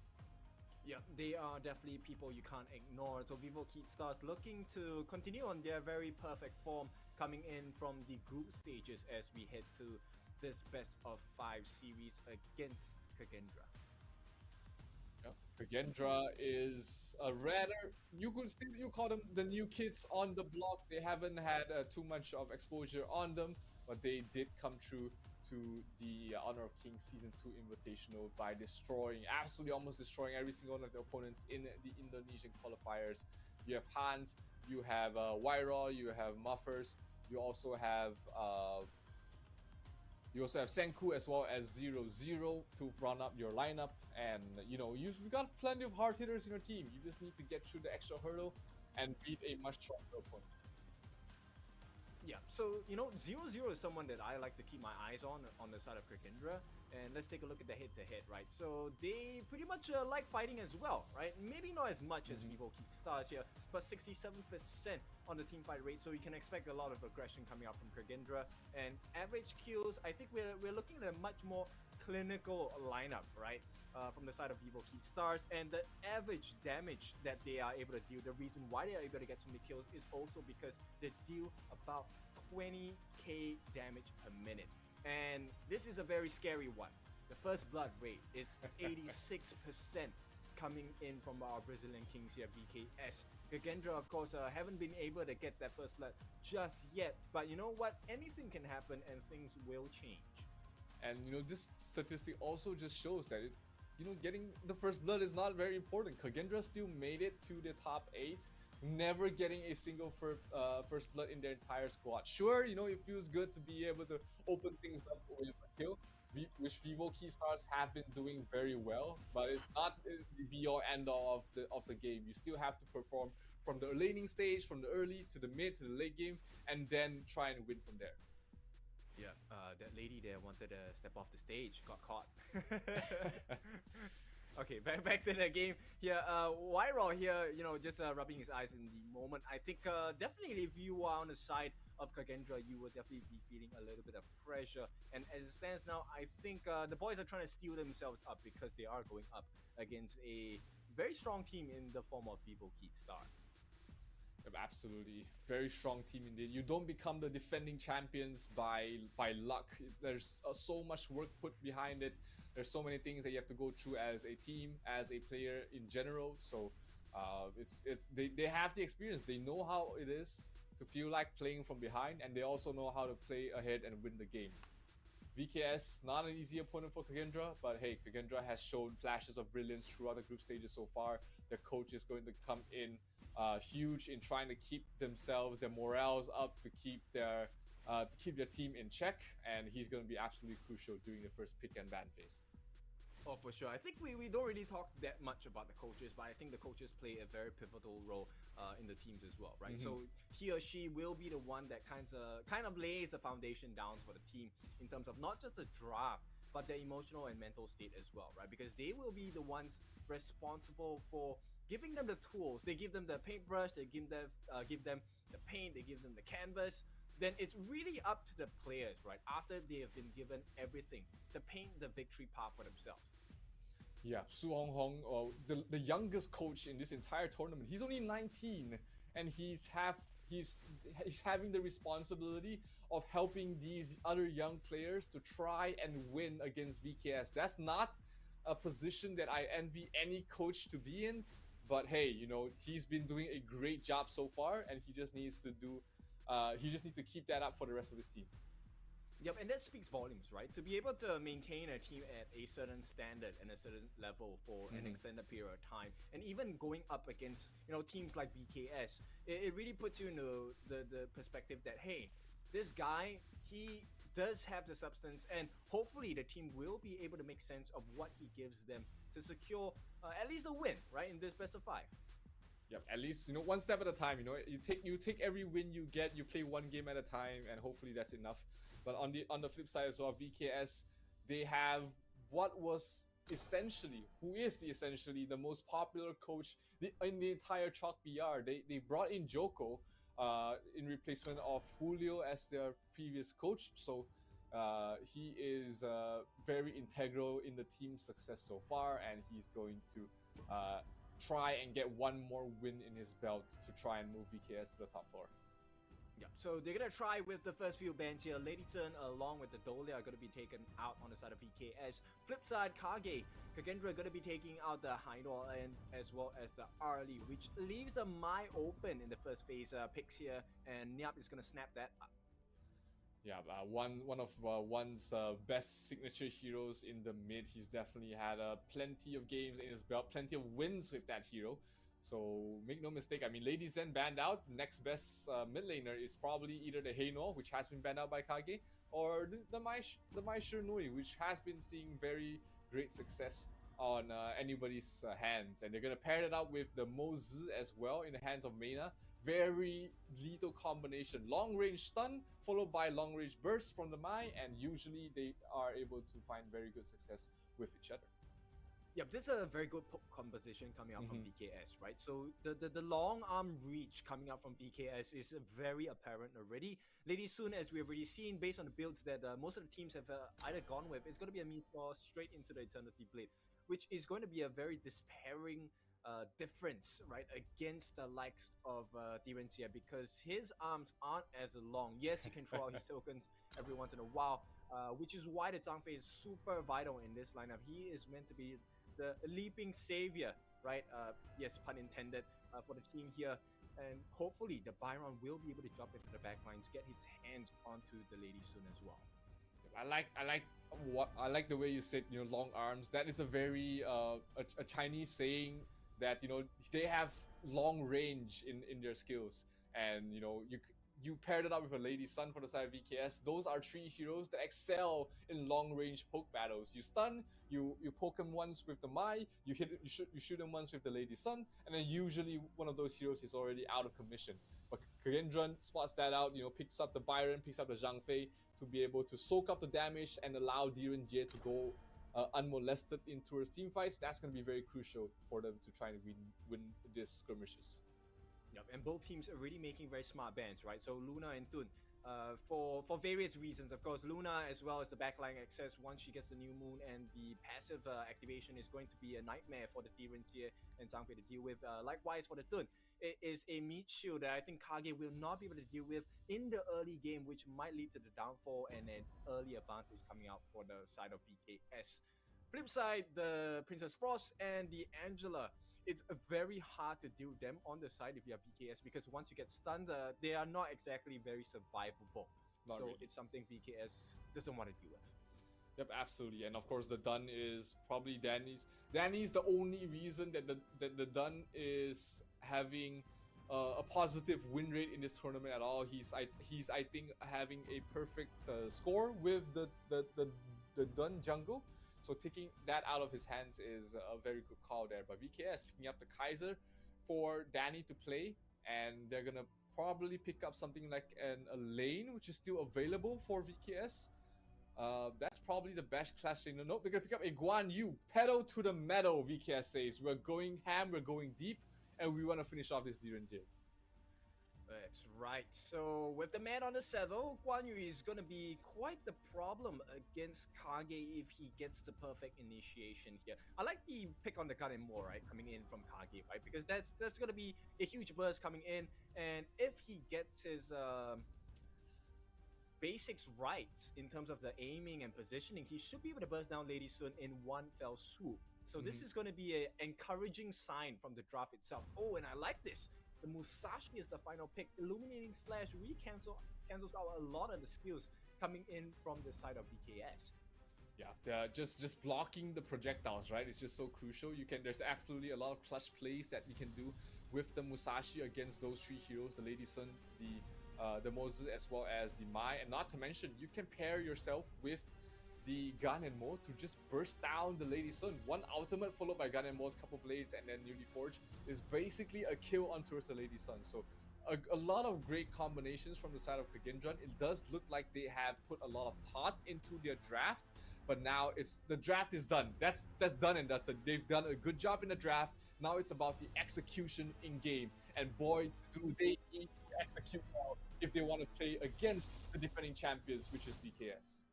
Yep, I think this game is going to be decided in the clash lane actually, because if you can't stop the growth of the Guan Yu, it's going to be quite the menace to deal with. So at this point, I think both teams have the merits, they have the pros and cons, and right off the bat you can see the stun landing on the central grid. Yeah, it's the clash lane. The Guan Yu has to be, absolutely shut down if they don't want Niap to just run away with the game, and that's why you see one rotating up towards the top to make sure that Niap has a good lane, to make sure that the Niap has a good game. Rotations also coming in from Meina to try and maybe get a kill, but Kage spots that out, move two members of their own towards the top, and that's going to be at the end of the aggression up there. The bottom lane, Sasser already taking so much damage from the Diren Jie, and that's the strength of the Diren Jie early on. Can really focus and do a lot of damage. Alright, now I'm interested about the Mortar here, Meina here. Let's take a look at the combinations for Mortar. He is going to be using the first skill, basic attack, into the second skill. And that's going to be Pierce Bringer, right? So for him, he actually gets a shield every time he uses his skills as well. So he's going to be able to deal a lot of damage in the late game. And this is his most painful combination coming out from the side of Mortar. Yeah, man, he's one of those supports that are successfully tanky, right? Just because of the constant shield he gets, especially in the late game when he has enough cooldown reduction, he's just gonna put up shields after shields, and his ultimate is always just so oppressive. Sure, it's a small range, but if you use your flash well enough and you put yourself in a good position, you can still make a huge impact with the ultimate. Well, I actually like to use Execute. I don't really use his ultimate that much, but it's just a personal preference and just a flex, right? I was once the number 64 on the server. I mean, that 64 is not easy to get for there's just so many players playing this game right now, and being top 64 most in the world, I would wear that proudly on my shoulders there, kid. Well, I thought you were gonna tell me 64 is not a high number, but anyway, okay. Thank you again for the reaffirmation, as it looks like Kage seem to be doing a little bit better than I expected in the early game. Oh yeah, they've not been taking any of these bad fights. Sure, they haven't really shut down the Guan Yu as much. Niaps has been relatively uncontested. He's even gonna be able to get a couple of the jungle creeps for himself as well. But you were talking about how important it was for Kage to shut down this Guan Yu. The Byron was drafted to prepare winning the lane, but so far, I mean, if the Guan Yu hasn't really been dying, hasn't really been shut down, that's still great for him, because his mid game is where he's the scariest. Yeah, end of the day, also maybe the benefit of this Byron is above the Storm Strike, right? So he's able to get the stuns in, so he should be able to stop the Storm from coming in as well. But for now, I think Niap is just teetering on the edge of that snowball. Yeah, he's just been moving across the map very well. He knows that he can't stand a direct 1-for-1 trade in the top lane, so he's been moving around, getting farm elsewhere, making sure he doesn't miss the experience on top as well. So like you said, he's a very small snowball for now, but it takes a little push down the hill for him to start growing. Oh, for sure. And looks like 0-0 doing very well for himself. So far has been able to get a couple of the Firehawks already, which is kind of surprising to me when you're going up against Dazer in the bot lane. Oh, looks like We're taking a fight towards Danny. Danny has his still has his ultimate, hasn't really used it. It wasn't feeling like he was in danger against the Musashi. Reroll, of course, does need a couple of items before he's actually going to do damage. The Axe of Torment, absolutely crucial for him to start doing damage in these team fights. But here, this fight around this Tyrant, they still have the Sage Golem in that area. They haven't really finished that up yet, but they're going to try and look for that before they take a fight. Muffer's taking a lot of damage already, but he still has his ultimate form to be able to provide him a bit more shields. Guan Yu is there, but pops the ultimate. Senku will be the one to get the last hit. Good take there from the side of Kage. They're looking for more. They get kill onto Smaina. Can they escape from this? Niap will bring down Muffers, but 1-for-2 trade-off so far. And Kagendran will be more than happy to take that, as Danny will have to limp away and back off Niap as well. Not in the healthiest of positions, but he can rotate up to the top very quickly and get a little bit more farm for himself compared to Hans, who's still in towards the bottom lane, but it looks like Musashi might be the one to take up the top lane. It was a perfect start though for VKS. They actually got the Cannon Blast, and that combination with Niap to get the heroic charge down as well. Thought that was it for the start of Kage, but Kage, what a good recovery there, because Muffers actually used Unbridled Outburst to delay it for a little bit. And for all of the comments that VKS was talking about Senko, he stole the Tyrant, and so this is a huge advantage for the start of Kage. Yeah, absolutely. 1,500 net worth lead early on against the defending champions is a good position you want to find yourself be in. And here, Han still in the mid lane, pops the ultimate to make sure he's not in any danger, trying to shut down Niap on towards the top lane though, but Danny is there. He's providing a lot of cover fire for his teammate to back off, so not too much gotten there. They did manage to force Danny to use his ultimate, so if they try and take the fight in the next 30 seconds or so, Kagendran will be in a great spot. No Niap, no Danny ultimates. That means no front line for the side of VKS. Yep, and let's take a look at the Grow Fighter items. So far, Weero already has a Giant's Grip. Interesting. He doesn't choose to, just use the second tier of the item. He wants to go for the full build here along with the Energy Pulse. So he is a little tanky. Takes the boots of resistance as well. Meanwhile, we do have the boots of the Arcane. Whoop, Senko. Oh, Senko going a little bit too deep. One also taking a lot of damage from that, but was able to just tumble away to safety. Very close call there. They did force out the Muffers pop his ultimate, but he's not gonna be too bad. Senko almost sniped down one with a long range couple blades, but just in time, just avoiding one of those blades and avoiding lethal damage on himself. Yeah, so they actually push one back, and now they secure this second neutral objective of the game, so they get the overlord themselves. And 0-0 already has the Spark Forge Dagger, and pretty much very soon he will have the Doomsday on hand, and he's going to be in fighting shape against the Kaiser. Yep, absolutely. The percentage-based damage against a tanky hero is absolutely something they want. Niap gets caught out there by Hans, knocked up in the air, but he's able to walk away. Not very, not an easy hero to burst down from 100 to 0. So they're going to be happy with just chipping away at his health while also moving Nia back towards the top lane, which we will be seeing some pressure. One gets spotted out there by Zero. Zero is going to be playing it safe, not letting one get anything out of there. But oh, damage, a lot of damage being done. Oh, the snipe from Senku. Oh my god, all four of the blades connecting on towards the mine, and one will fall. Eating his words. I mean, Senku is absolutely making a show out of it. Oh, Sasser in trouble. Hans tried to go for the kill there. Almost finish him down. Invincible Warrior popped there by Danny a bit too early in my book. But that means that the next fight for Kagendron is going to look so good because no ultimate for the Kaiser, which means that he's much more susceptible to damage, and he's already taking damage. Top lane, the tier 2 tower also taking so much damage as well. They still have the dragon that's going to be assisting them to take down this tower. Not going to be enough as VKS will rotate 4 members over there. Meina trying to slow him down, but it's always tough. Zhang Fei knocked back, and they will get killed there by Guan Yu, his fellow general of the Three Kingdoms. He will get a kill on towards Zhang Fei, and they also lose Senku towards all of that. So VKS getting a breath of fresh air, and they will try and take this mid-tier 1 tower for themselves. Yeah, but they will be pushed back bit by bit. Once again, Kage, I think they're doing a very good job. At this point, yes, VKS will have pretty much the lion's share, if not the entire bit of the side of the Tyrant. They will secure it for themselves. So finally, one neutral objective in the game for the side of VKS. But it's tough, right? Because Kage, they have dealt so much disruptions to the side of VKS. Yep, still a 1,500 lead there to Kage, so they're still holding their own. They did manage to get both towers in the bottom lane as well, but here, fight in the bottom lane, they want to try and go for more. Hans pops the ultimate just in time, but one will be able to finish him off. Huge damage there on the Mai Shiranui, and one will be more than happy to go back to base with that kill. So VKS starting to crawl back into this game. Still 1,500 net worth lead for the side of the Indonesian squad, but hey, if you give VKS any more chances, they might find themselves back into this game already. Yep, I think pretty much at this point, it can be considered as a stalemate, right? Because the damage is considerable coming out from the side of VKS, especially with the likes of one. Now they're going to try and pressure the mid lane on the side of Kage, and as it stands now, I think the map is a little more red compared to what VKS is very comfortable with.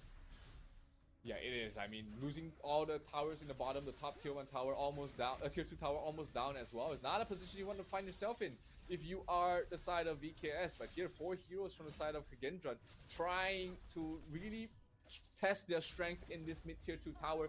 Both jungle objectives are about to spawn. Senku still trying to chip away from a long range. The Tyrant is still pretty healthy. They're going to try and move in. It's a little bit split up though, not the position I want to be in. Danny taking a lot of damage. Already, he's not in the healthiest positions, and he's not able to heal up from the jungle creep. Oh, Niab going for the kill. Nice flick, nice flash from Senku, and makes himself invulnerable as well. He stays alive. Oh, one goes for the double one towards Senku, as well as 0-0. But one will fall towards the end. 2-for-1 trade though, still pretty good there. 2-for-2. They do lose Niab in the end, but here Muffer already popped his ultimate. Can they get something else? Here comes Hans, so tanky, but the ultimate coming from Meina, locking him down, finishing him off. Muffer's in trouble, and it's only down to We're left standing. They lose 4 heroes from the side of Kagendron, and VKS back in the driver's seat. Yeah, VKS did not want to allow them to run away from that fight. They kept them there and they locked them down. VKS understood the moment Senku as well as 0-0 were down, there was not enough damage coming from the side of Kage. So Kagendra, they suffered at the hands of VKS once again, and the lead is restored. It's a comeback for the side of VKS. Yeah, back in the net worth lead is the Brazilian squad, and Yap has been absolutely really tearing them a new one. Senku was with a single skill from the Guan Yu down to half health already. This is why they picked up this hero. He can absolutely go towards the backline and demolish your Gun and Mo. And if you look at his items, Astral Torment already completed, the Kuras already completed on towards Niep as well. He's going to be very tanky and also doing a lot of burst damage. Exactly, but I like the fact that Senku actually did the Splendor first. So he was making sure that insurance policy was there after the Spear of Reverberation. But this is a horrible sight for the side of Kage because Kagendra is suffering. They're going to lose their tier 2 in the top lane. VKS get what they came for, and they're going to run back. In the meantime, it looks like Hans is trying to make amends by pushing down the tier 2 of the bot as well. Reroll. too much damage from Sasser, and you're gonna lose the Musashi straight away. Han still trying to go 1 versus 4. He still has his ultimate. Can he pop it in time? Yes, he can. Survives for another millisecond, but will get bursted down. So VKS firmly in the driver's seat right now. Sasser with a double kill. They're going for more. Danny's still in the front lines. 1 versus 3. Does not have his ultimate yet, so he has to watch out for that any sort of damage he takes in the near future. But with his teammates backing up, with the range of Mena and Sasser, he's able to back away. And this looks like a tier 1 tower in the mid going down to the side of VKS. Yeah, VKS understand the strength, right? The moment WeRaw is down, they don't mind taking a fight because the Duel to Death is not available, which means the Imperiled state is non-existent. And as it stands now, VKS just taking everything across the map. Tier 2 tower does fall. Danny in the front line. Senku a little bit too aggressive. Oh, looks like VKS will not progress any further, any deeper. They know that, you know, they are in the lead right now. They don't have to take any unnecessary risks. So they're more than happy to regroup towards the mid. Maybe take away some jungle objectives away from the side of Kage before going up towards the high ground. They do still have the Overlord alive, so they can go for that. But here goes Danny, pops the ultimate, but gets knocked back there by Muffers. So an ultimate for an ultimate, still a very decent trade on both sides. But Muffers will find himself in a much tougher spot once that runs out. Yeah, we can see the aggression coming from VKS, and for good reason as well. Most of them have already built up at least 3 core items. Right now, going to set the sights onto the Shadow Overlord. And at this point, it is a much more crumbling attempt from the side of VKS because it will use structural damage for sure. Yeah, tier 3's in trouble here for the side of Kagendra. Now VKS is just going to just split up for a little bit, make sure that the waves are pushed out to get maximum value out of these vanguards. And Sasser is on an absolute crazy tear right now. 10,000 net worth lead, closing into 11. His Master's Blade is probably almost complete as well. And that is when the Lady Sun is going to provide so much right click damage. Yep, he, if I'm not wrong, if I remember correctly, he already has the Crimson Reaper, Eternity Blade, along with the Master Sword as well. And that is a huge problem. X of Common. Oh, just trying to poke and prod. They do have so many heroes that can do damage from the far range. You got Mena, you got Sasser, you've got Niap, and you've got One. And if you're not careful, anytime one of these combinations do land on you, you will be in trouble. Danny's still standing towards the front lines, soaking a bit more damage. Niap as well, trying One as well, trying to get towards the squishier backlines. We do see Zero finishing off the magic resistance, trying to keep himself alive for a little bit longer. But Senku is in not a good shape if he's trying to soak up any more damage. But so far, good defense coming in from the side of Kagendra. They lose nothing. None of the towers are down. Sure, they are a bit worse for wear, but still the tower is still left alive. That also means that VKS can't really dive in too deep to go for the kills. And nice focus fire from Kagendra, stopping the big dragon from doing any more damage. Yep, regardless of all the action, this actually is the counter for the storm because they're just feeling VKS have yet to find the opening yet. We might see it once someone overextends, and that will be Hans. Yep, Hans is towards the front lines. He's low. He has his ultimate still ready, but he's not going to be forced to use it just yet. Oh, huge damage being done by Niap. Knocked back on towards Muffers, but not going to be able to finish anyone off. VKS will be able to back away from that, though. And they still have the Tyrant open if they want to go for that, or can they just clear out most of the jungle objectives away from the side of VKS and then regen and go back for the Tyrant? Yep, they peel and they steal, they get the tier 3 on the top as well. Let's take a look at the itemization. They pretty much have everything already at this point, just missing the last core item. Blood Rage already completed onto the Kaiser, which means Adani is going to be a monster at this point. They're going to be able to kill him yet. Yeah, Daybreaker also completed. Oh, huge damage from One on towards Senko. He's in trouble. There comes One towards the backline. Huge damage done. Wyraw trying to run away from that, but a knockback on towards the D-Ren-J. He will fall, and the kill from Niap on towards the Senku as well. It's going to be 4 heroes down, leaving only the Byron to left and defend the 2 tier 3 towers. Mena was the sole victim from the side of VKS, but this is more than enough for the side of VKS to try and end the game. Can Hans drag out another 20 seconds or so for his teammates to come back in? But the Guan Yu doing so much damage, so does Sasser, so does the Crystal go down, and VKS will take game number 1. Yep, they take a giant lead for the side of Vivoki Stars here, securing the first game. I think it was an impressive performance by the side of Kagendra. They did well to establish their lead and dominance in the early parts of the game, but they did not control the members of VKS enough, which means the growth was stifled, and in the late game, you could see how potent that draft was. Absolutely, and I love that you called it early. They needed to shut down Niap. They needed to shut down the Guan Yu because we saw him go an absolute tear towards the backline. I mean, VKS was behind by 1,500, 2,000 gold in the early stages of the game, but once Niap was activated, he was able to kill off 2 heroes by himself, and that was the turning point of the entire game. I mean, you were on point. Shut down Niap or suffer, and boy, did they suffer. Yeah, the funny thing was Niap didn't actually use his Razor Cavalry that much, but the moment he did, when they broke the tier 3 on the top, boy. it was absolutely insane. 4 members taken down, and it was just easy pickings, right? Hans, 1v5, there's no way he could hold for 20 seconds. Absolutely not. I mean, at that point, when you have 4 heroes down, they still have their marksman. Crystal was exposed. It was like impossible situation for Hans to really deal with all of them. But still, VKS showcasing why they were the defending champions of Season 1. They're coming back here with a vengeance, with a point to prove that, their run was not a fluke. They can go against the best teams of the world, and they do it with impressive fashion in game number 1. Yep, so I'm just going to give a quick shout out to Senku here. I think Senku did a very good job on this Ganemore here. With all of the comments that was given by the side of VKS, I think he did show some glimmer of hope, some shades of brilliance here from the side of Kagendra, building into the Void Staff with the Savant's Wrath, Scepter of Reverberation, as well as the Splendor. And the Splendor came really early, right after the Scepter of Reverberation. He did a couple of nice outplays, shut down one for a moment. But if you take a look at the growth on items, Caesar, like we mentioned, fully built with a full stock of butter at this point. Axe of Torment, Eternity Blade with the Crimson Reaper Master Sword, as well as the Sky Piercer, no, Daybreaker. It's a hard one. 5-0 and 5, 13,000 in the pocket. Yeah, I don't think she's gonna be stopped at any point.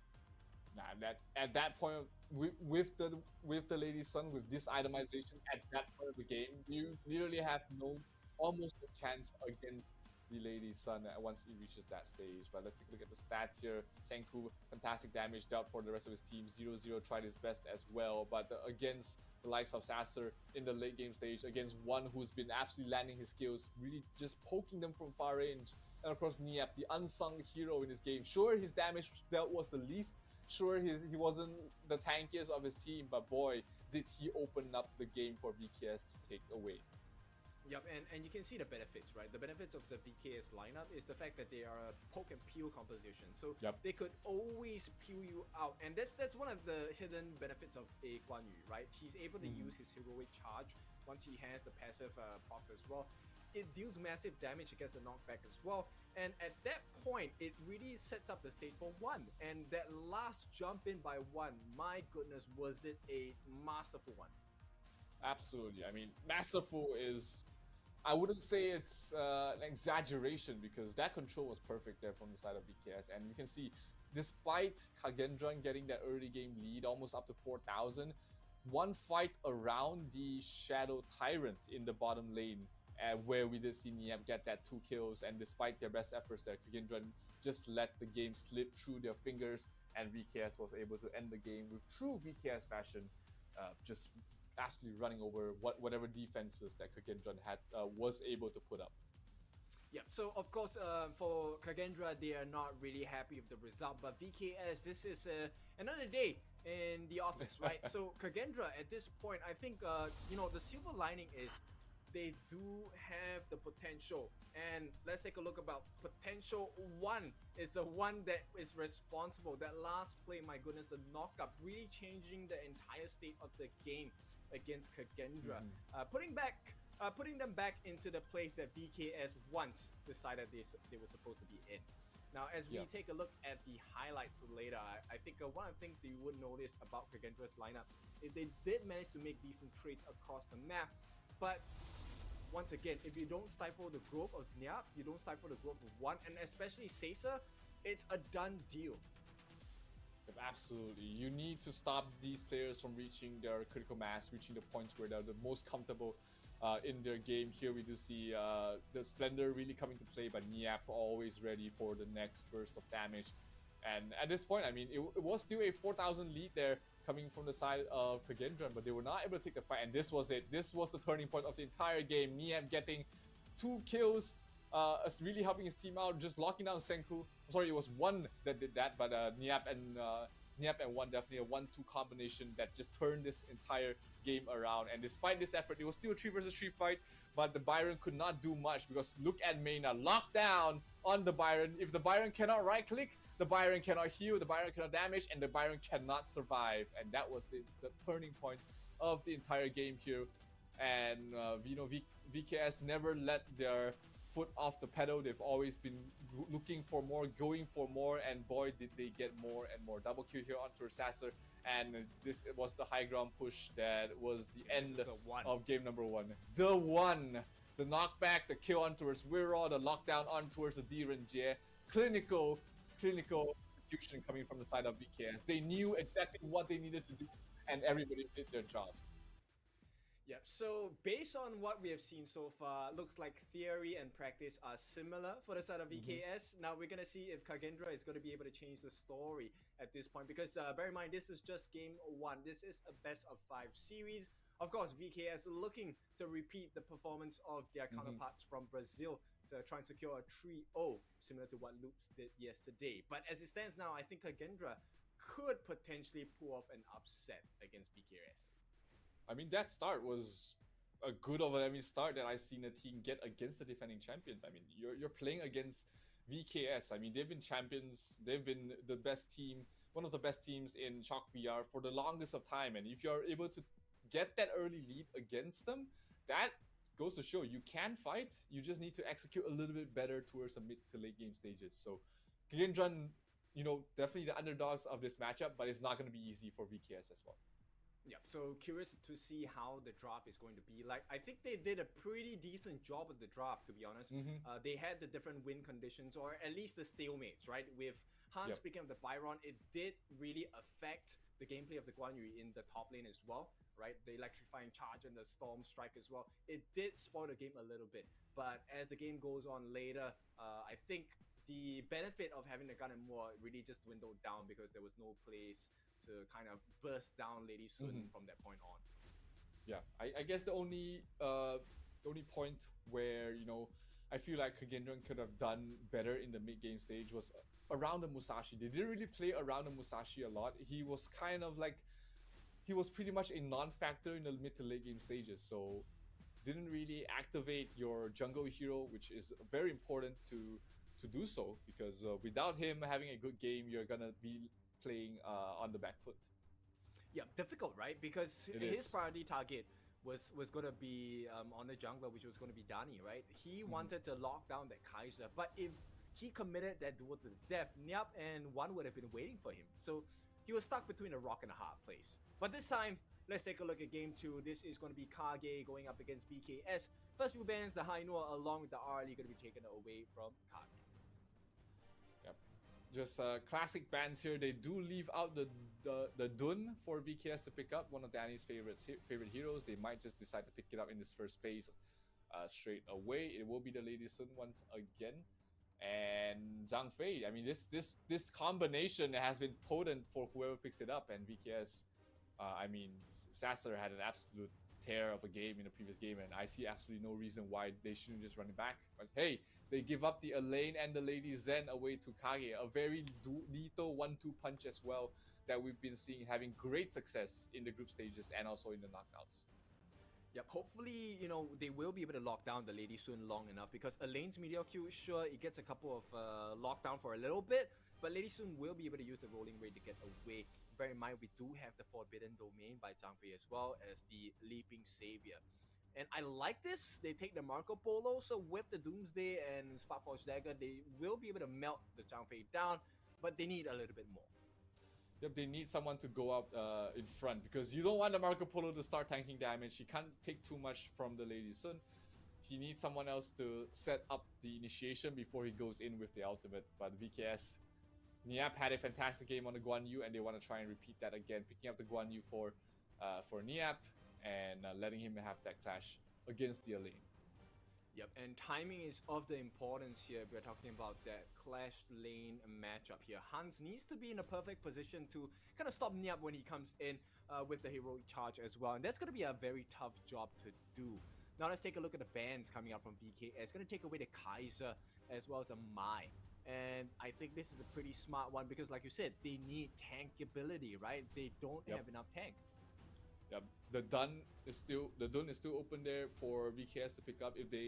If Kagendran doesn't ban it out here, I'm pretty sure Danny just takes it up in the 4th or 5th pick here for the side of VKS. That's probably their cookie cutter here, Shangguan being banned out there by Kagendran, and we should be seeing the Dun here and followed it up by.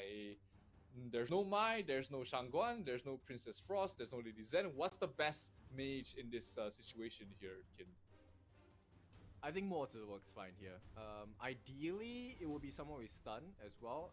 We could look at the Niwa as well. Niwa could be a interesting pick, right? Because of the box, he's able to lock them in place as well, which will prove to be a very strong point, right? Imagine if the Guan Yu is able to consistently just knock them against the boxes. Oh. That would be quite an interesting sight. But no, they go for the Da Qiao mid. Oh my god, this is one of my favorite ones. I love it.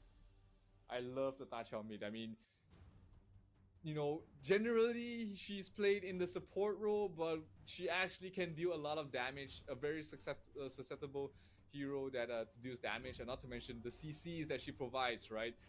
2 skills that has knock up and slows, and then just damage over time. You finish a Mask of Agony, then suddenly you're doing a lot of damage. Not to mention the saves with your ultimate and the global presence as well. But another interesting hero pickup here from the side of Kagendran. They go for the butterfly in the jungle, which means that it's going to be a Lian Po support for the side of Kagendran. I like it. So Lian Po, as we all know, with the Burst Ram as well as the Tremor Smash and stuff like that, all of these are CC immune. So he's going to be able to deal with Niap pretty well, and Da Qiao as well. The other side, the only other team that I've seen it that I remember pulling out with Butterfly is LGD. So Butterfly, pretty good tank, pretty good damage. They will be going up against a Luna though. Yep, the Danny special here. It's never a series if Danny doesn't whip out the Luna at least once in this entire matchup. So great to see him showing it in the second game. I mean, that's one of Danny's favorite heroes in the jungle, and he has a huge hero pool. The Dun was probably the most obvious pick there, but you know, Danny decided, hey, let's have some fun. We're gonna pick up the Luna. He's gonna be playing against the Lady Zen, Butterfly, and Marco Polo, and the Luna is gonna be absolutely perfect for that role. You can chase, you can lock down, and Marco Polo has nowhere to run. Yeah, actually, it's kind of looking a bit spicy for the side of Kagendra because VKS do have certain angles of entry into the backlines, which I don't think Kage will be able to deal with, right? Because Lian Po is more of a aggressive kind of support. Yeah, the Lian Po can't really peel that well after, you know, the stuns and the ultimates. That's all he can really bring to the table. But you've got a Guan Yu, you've got the Luna being played by Danny, and that's gonna be very quickly being able to get towards your backline. And this mid lane, one already pushing out the wave very quickly. They're gonna make the rotations up towards top to help the Guan Yu shut down the lane, but looks like they have other things in mind. Niap already scattered up top, knows that it's a blue buff start for the butterfly, as it usually is, and they're gonna focus more on towards the bottom now. Yep, it's a tough situation to be in. Muffa is going to be locked against the wall here, taking unnecessary damage against VKS, but it's not his fault. Mayna actually making the world's difference in terms of the XP. Simply because of the smite as well. But more importantly, you know, we want to share our love for Da Qiao in the mid. And now you must be able to use the second skill to flee or buff, right? So you must have big situational and map awareness. Skill 2 called Sea of Fate. Please, please, please, please, for the life of me, know that when a circle appears on the floor, you're supposed to step on it into it and get TP'd back to base. I'm just tilting over the amount of times people have not stepped in my circle. Yeah, this version is a bit harder because you have to be in the circle when the timer ends. But in the Chinese client, you can purchase an item which allows you. Oh, top lane. Never mind. Let's hold that thought for now. Niap in trouble. Niap gonna fall. Niap still surviving. Oh, he's gonna get a kill. He's gonna get a return kill onto his hands. Oh my God, Niap. He's gonna pop his sprint. He's gonna get the hell out of there. What a play there from Niap. They thought they had that in the bag, but Niap just ran circles, literal circles around him. Yep, what an outplay, and with that, he's gonna have the advantage for the lane as well, the EXP lead, and this is going to be disastrous for the side of Kagendra because right now bot lane pressured as well. What can they do? Nothing much. CLF gonna be placed down, and one going to TP home. Bye-bye. Just really toying with their food at the moment is VKS. I mean, that top play. They're probably already standing on their feet there. At least Niap is after getting that returning kill. But hey, good start here for the side of VKS. Already 1,000 net worth lead going towards their side. And 0-0 on the Marco Polo. That's one of those heroes you don't want to fall behind at the start. It's hard to come back from a bad game on the Marco Polo. Oh, for sure. And at this point, VKS, they have their number. It's going to be a secondary kill. Muffa is going to be taken down as VKS looks so strong. Oh no, Mayna in trouble. You don't want to get the reset onto the butterfly. He's going for more, gets the double. He's gonna get another kill. And Niap in trouble. He TP down bottom, but it's not gonna be enough. They lose 3 heroes from the side of VKS, and that was probably the worst situation that they could have found themselves in. But hey, Danny is in the fray. He cannot fight the butterfly at this moment. The butterfly, after getting 2 kills, the reset is just so quickly, and Danny is just not farmed enough to take it to his face. I mean, this is such a funny thing, right? Every time we praise a team, they die. So should we just stop praising them or something? It's like a curse that, you know, casters put on people. I think we should call it the caster's curse. Yeah, we can. Yep, here going 1v1 against Hans.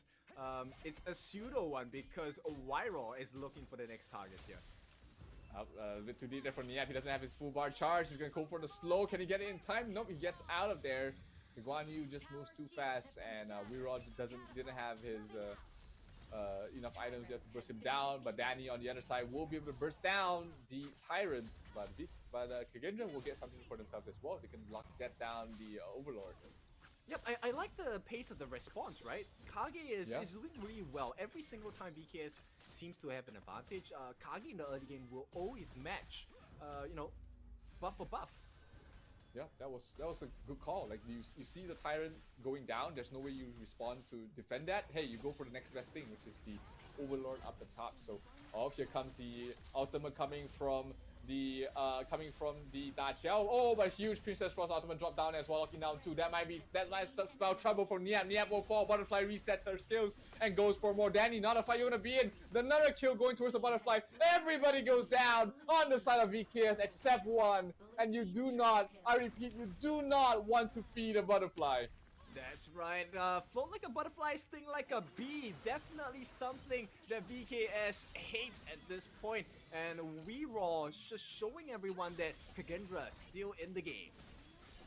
Yeah, I'm surprised we don't see much more of this hero. I mean, she used to be the most banned hero almost every single game leading up to Season 1 and even a few tournaments after that. But she sort of fell off coming towards Season 2. But hey, I'm happy to see her being showcased here in this series, giving Kagendra such a huge lead. They get a kill on towards Danny. Oh, that is absolutely huge. Oh, but they get a return though for the side of VKS. Sasser will be able to finish off 0-0.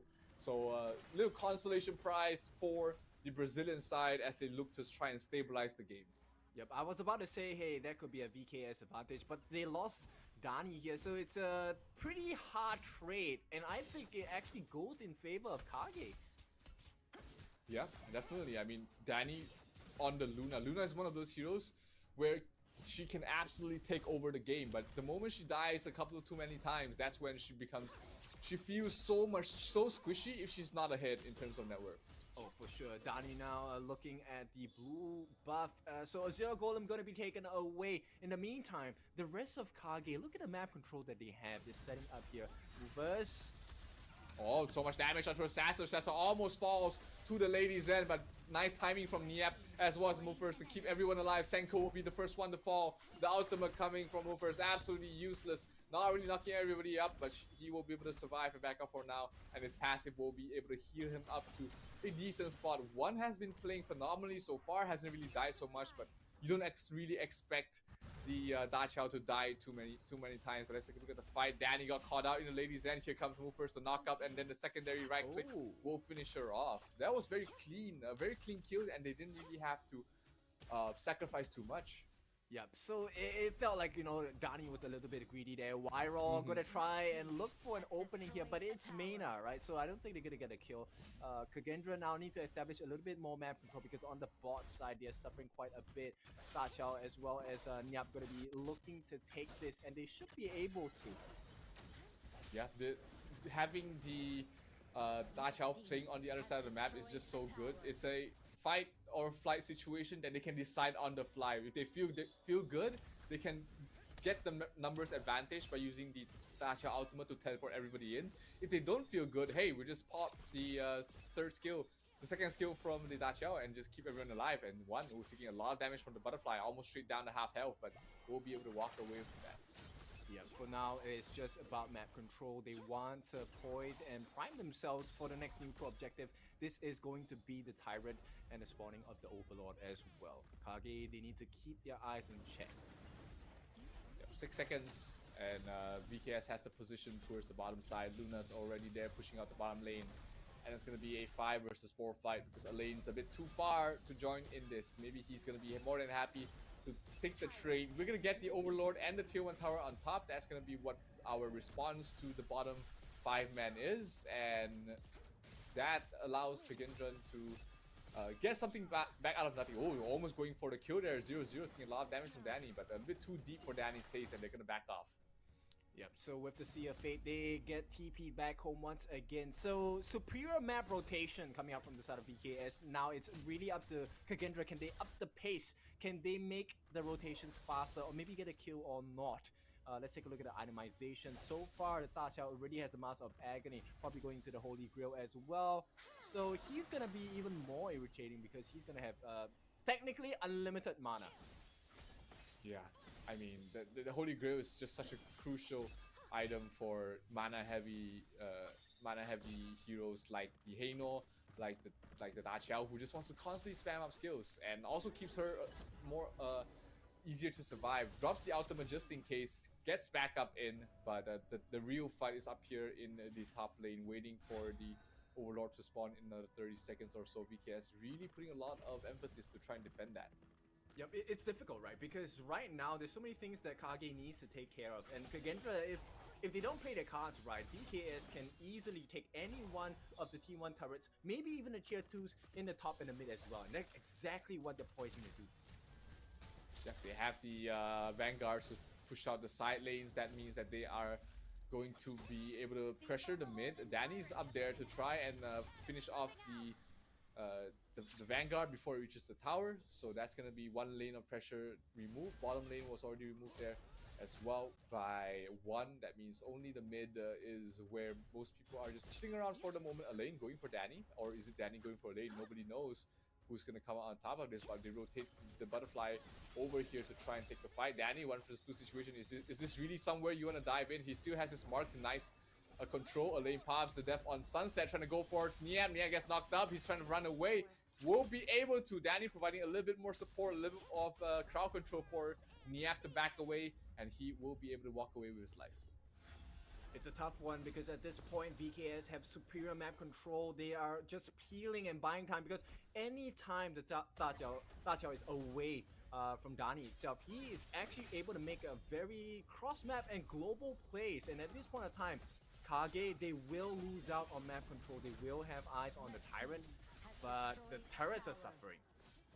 Absolutely, they still have the two tier 1, the 2 towers in mid, but here in towards the Tyrant, it's gonna be a tough fight. Who's gonna get the last hit? It's gonna be Danny with the smite. That's a crucial kill theft from the side of VKS, taking it away. And boy, oh boy, one team fight might decide the game yet again here, Kin, as they lose Hans, and this mid tier 1 tower is not long for this world. It's not looking good here for the side of Kagendra, as they did manage to just steal away the Red Sage Golem as well. It will be Sasser having that buff. Oh no, actually it was 0-0. They got the last hit. So little silver lining there for the side of Kagendron, but they find themselves behind in net worth once again.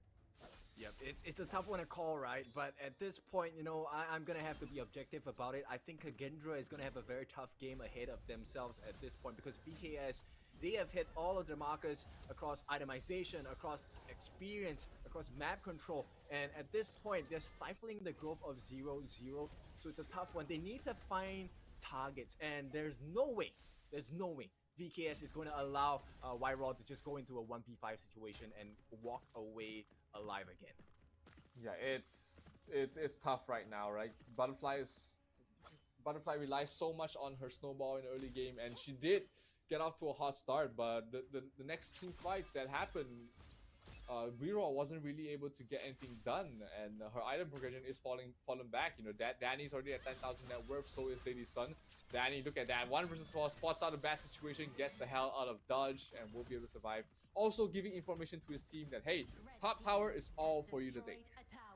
Yep, so there's a lot of poke once again coming out from the VKS lineup. Take a look at that, the heroic charge. Every single time lands it, it's going to be a very painful experience for the likes of Kage. They're going to try and chase here. Movers just trying to dissuade them and maybe provide some deterrence. But once again, tunnel vision because Dani going to be able to just crash the waves in once again. Dani. Oh, Danny really playing with fire, playing the front lines against 4. Does so much damage against movers. That means that they should have enough confidence to try and take this tier 2 tower. It will fall in the end. And the Shadow Overlord is alive. That might be where they make the beeline to. Danny's going to start it out when Kage is just busy defending their base. Yeah, Dani and Seiza, the duo of death at this point. Gonna be easy pickings for them. This is going to be the Shadow Overlord going into the hands of VKS. And no wonder they call key stars because what a star-like performance thus far. Yeah, from all of the key players, absolutely crucial. Danny forgot the blue buff. Alright, he's gonna go back and get it. No harm, no foul. All 3 waves still pushed out. They do have the Vanguards spawning right now, and they're going to try and focus on 2 lanes. They're gonna try and bait Kagendron to defend 1 lane and then push down the other at the same time. Yep, I don't know how they're gonna do it because they're so tanky on the side of VKS. August Word, they have the Insatiable Tomb breakthrough robe as well, and the Ominous Premonition. It's a hard one. I don't see how they're gonna break the life bars of VKS, especially one on Dani. Yeah, but not to mention they do still have to save on towards 1 as well. He can send back a player and then just bring him back with his ultimate. Dani. Oh, there goes Danny going very deep, trying to finish down Wyrod. But Wyrod is able to survive there. Bottom tier 1 tower does fall. The second wave of Vanguards is out, and this mid lane tower should be the next target here for the side of VKS as they're still holed up in their base, trying their best to survive. But Lady Sun can really just, oh, here comes the death on sunset. 1 actually falls towards 0-0. Niab trying to go towards the back line. Is it going to be enough to bring him down? No, it's not. Hans has to back away from that, but still good defense here coming from the side of Kage. They pick up 1 for nothing, and that will signify the end of the push from VKS towards the high ground. Yep, they spent all of their ultimates to get down 1. I think that's a pretty decent effort at this point. But can they repeat it again? Because they need to do this at least a few more times. Dani may have gotten caught. Nah, he's alright. He's a Luna. He's got the buff. He's got his Sage Golem buff. He's gonna give the his own teams to Sasser, allowing her more tumbles, allowing her to deal more damage. And it's getting to a point here, Kin, that, you know, the next team fights, despite this 5,000 net worth lead by from the side of VKS, can still go either way. Yep, they could if they allow Wyrod to come in, but here comes Nyap as well. Oh, the nice block. Oh, there's too much damage on towards Wyrod as well. Muffers will fall together. 2 heroes are down. They're gonna try and go for more. Senko in trouble. Senko gonna fall. Triple kill going towards the way of Sasser. They're going for more. Hans trying to stand his best, but Danny sucks him back. Drops the death on Sunset, trying to get his best kill. He gets the kill to Sasser. That might be a saving grace. And Danny will fall in the end, has to pop the Sage's Sanctuary to stay alive. He's trying to go for more, trying to go for 0-0, but 0-0 really keeping things alive for the side of Kagendron at the moment. 3 versus 2 situation, but VKS just took a little bit too much damage. Yep, at this point, one just playing out of his mind. Severing Surge along with the Leaping Koi Tai providing so much difficulty for them to jump in. I have the Whirlpool going to be dropped down as well. Yep, and they're trying to push up the high ground here. Senko is not alive as of yet. 0-0 has to go back to base to heal up. The mid lane is being pushed out there by one, and they will have the creep wave joining them momentarily. So VKS can continue to breathe easy. Kagendran can continue to breathe a sigh of relief as they are still holding on to this game. Danny steals away the Sage Golem buff, and Niap takes the blue away from the side of Kagendran. Well, the saving grace is somehow, I mean somehow, Kagendra is lasting the game. It's 17 minutes, they're still alive. Yes, the base is pretty broken, but at this point, they're still alive, right? There's still a chance. Yeah, and anytime you still take a breath, you have a chance to beat your opponent. But if Danny is able to get this Overlord uncontested, that might be a rough situation for Kagendran to come back from, because they already got two lanes. That only mid lane is left alive, and they should be sending the Tyrant towards the mid lane to assist them and help them push. And yes, it will be towards the mid lane. Yep, a Baron base is one of the prerequisites to winning a game in style, and it looks like VKS will keep it that way. Right now, 0-0, he does have pretty decent itemization. He's able to melt down a couple of tanks as well, but he needs a bit more time. And every single time, one is making life very difficult because he isn't able to get the roaming gun off at the perfect times. Yeah, that's how annoying that this lineup can be. Here we go, trying to pick a fight here. Guan Yu towards the back line, but pops the Splendor to keep himself alive. Is the Lady Zen, but here towards the front line. Oh, hands in glove. Vanish, a knockup coming from the Lian. Po doing so much damage. White Sasser going for a kill, but Mufflers barely surviving there. But ultimately, they do still lose the tier 3 tower. They still have two Guardians alive, and that might be enough to try and end the game at this point. Trying to take a fight. Does Vero have anything to say about it? Does Senko have his ultimate ready? Yes, he does. So they're just waiting for the next upcoming fight. Yeah, dancing on knife's edge here. They can't lose a single member because VKS essentially have a rewind button with the Sea of Fate. And here we go. This is going to be the destructive deluge. They're going to try and land them down. Danny catches one, but he just manages to poke them away. So 0 fearing for a life, and it looks like VKS makes the call. I think let's just go for the Tempest Dragon instead. Yep, absolutely. Wait for the Tempest Dragon to respawn in 10 seconds or so to secure the game. It is a 6,000 net worth lead going towards the way of VKS at the moment. Kills are 10-10. And it still feels like, they're really being suffocated on the map at the moment. Danny can do absolutely anything he wants and still gets away with it. Yep, with the Zero Golem buff, he will have faster cooldowns as well as a mana regen. So it's important they catch vision as well to see who the target is. Hans gets spotted out by the Radiance here, so they need to be careful on how they approach the fights. Yeah, they need to make sure that their angle of engagement is all covered. They need to make sure that Sasser is protected. Danny has someone else to go with him towards the front line. So doesn't get any easier from here on out, even if you're VKS right now with a huge lead. One bad fight and that net worth lead can completely flip on its head. Reroll, I think considering whether he wants to jump onto Niap or not, hasn't had the best result thus far, right, from the start of the game. But we'll see. Yep, see in the top lane, Danny trying to take a fight against the lane. A little bit too much damage coming from Danny at the moment, so he can't really try and finish him off. But here in the mid lane, 4 heroes are gathered from the side of Vivo Keystars, while bottom lane is already pushed out all the way to the creep waves, and the Guan Yu is going to help himself out with a red buff as well.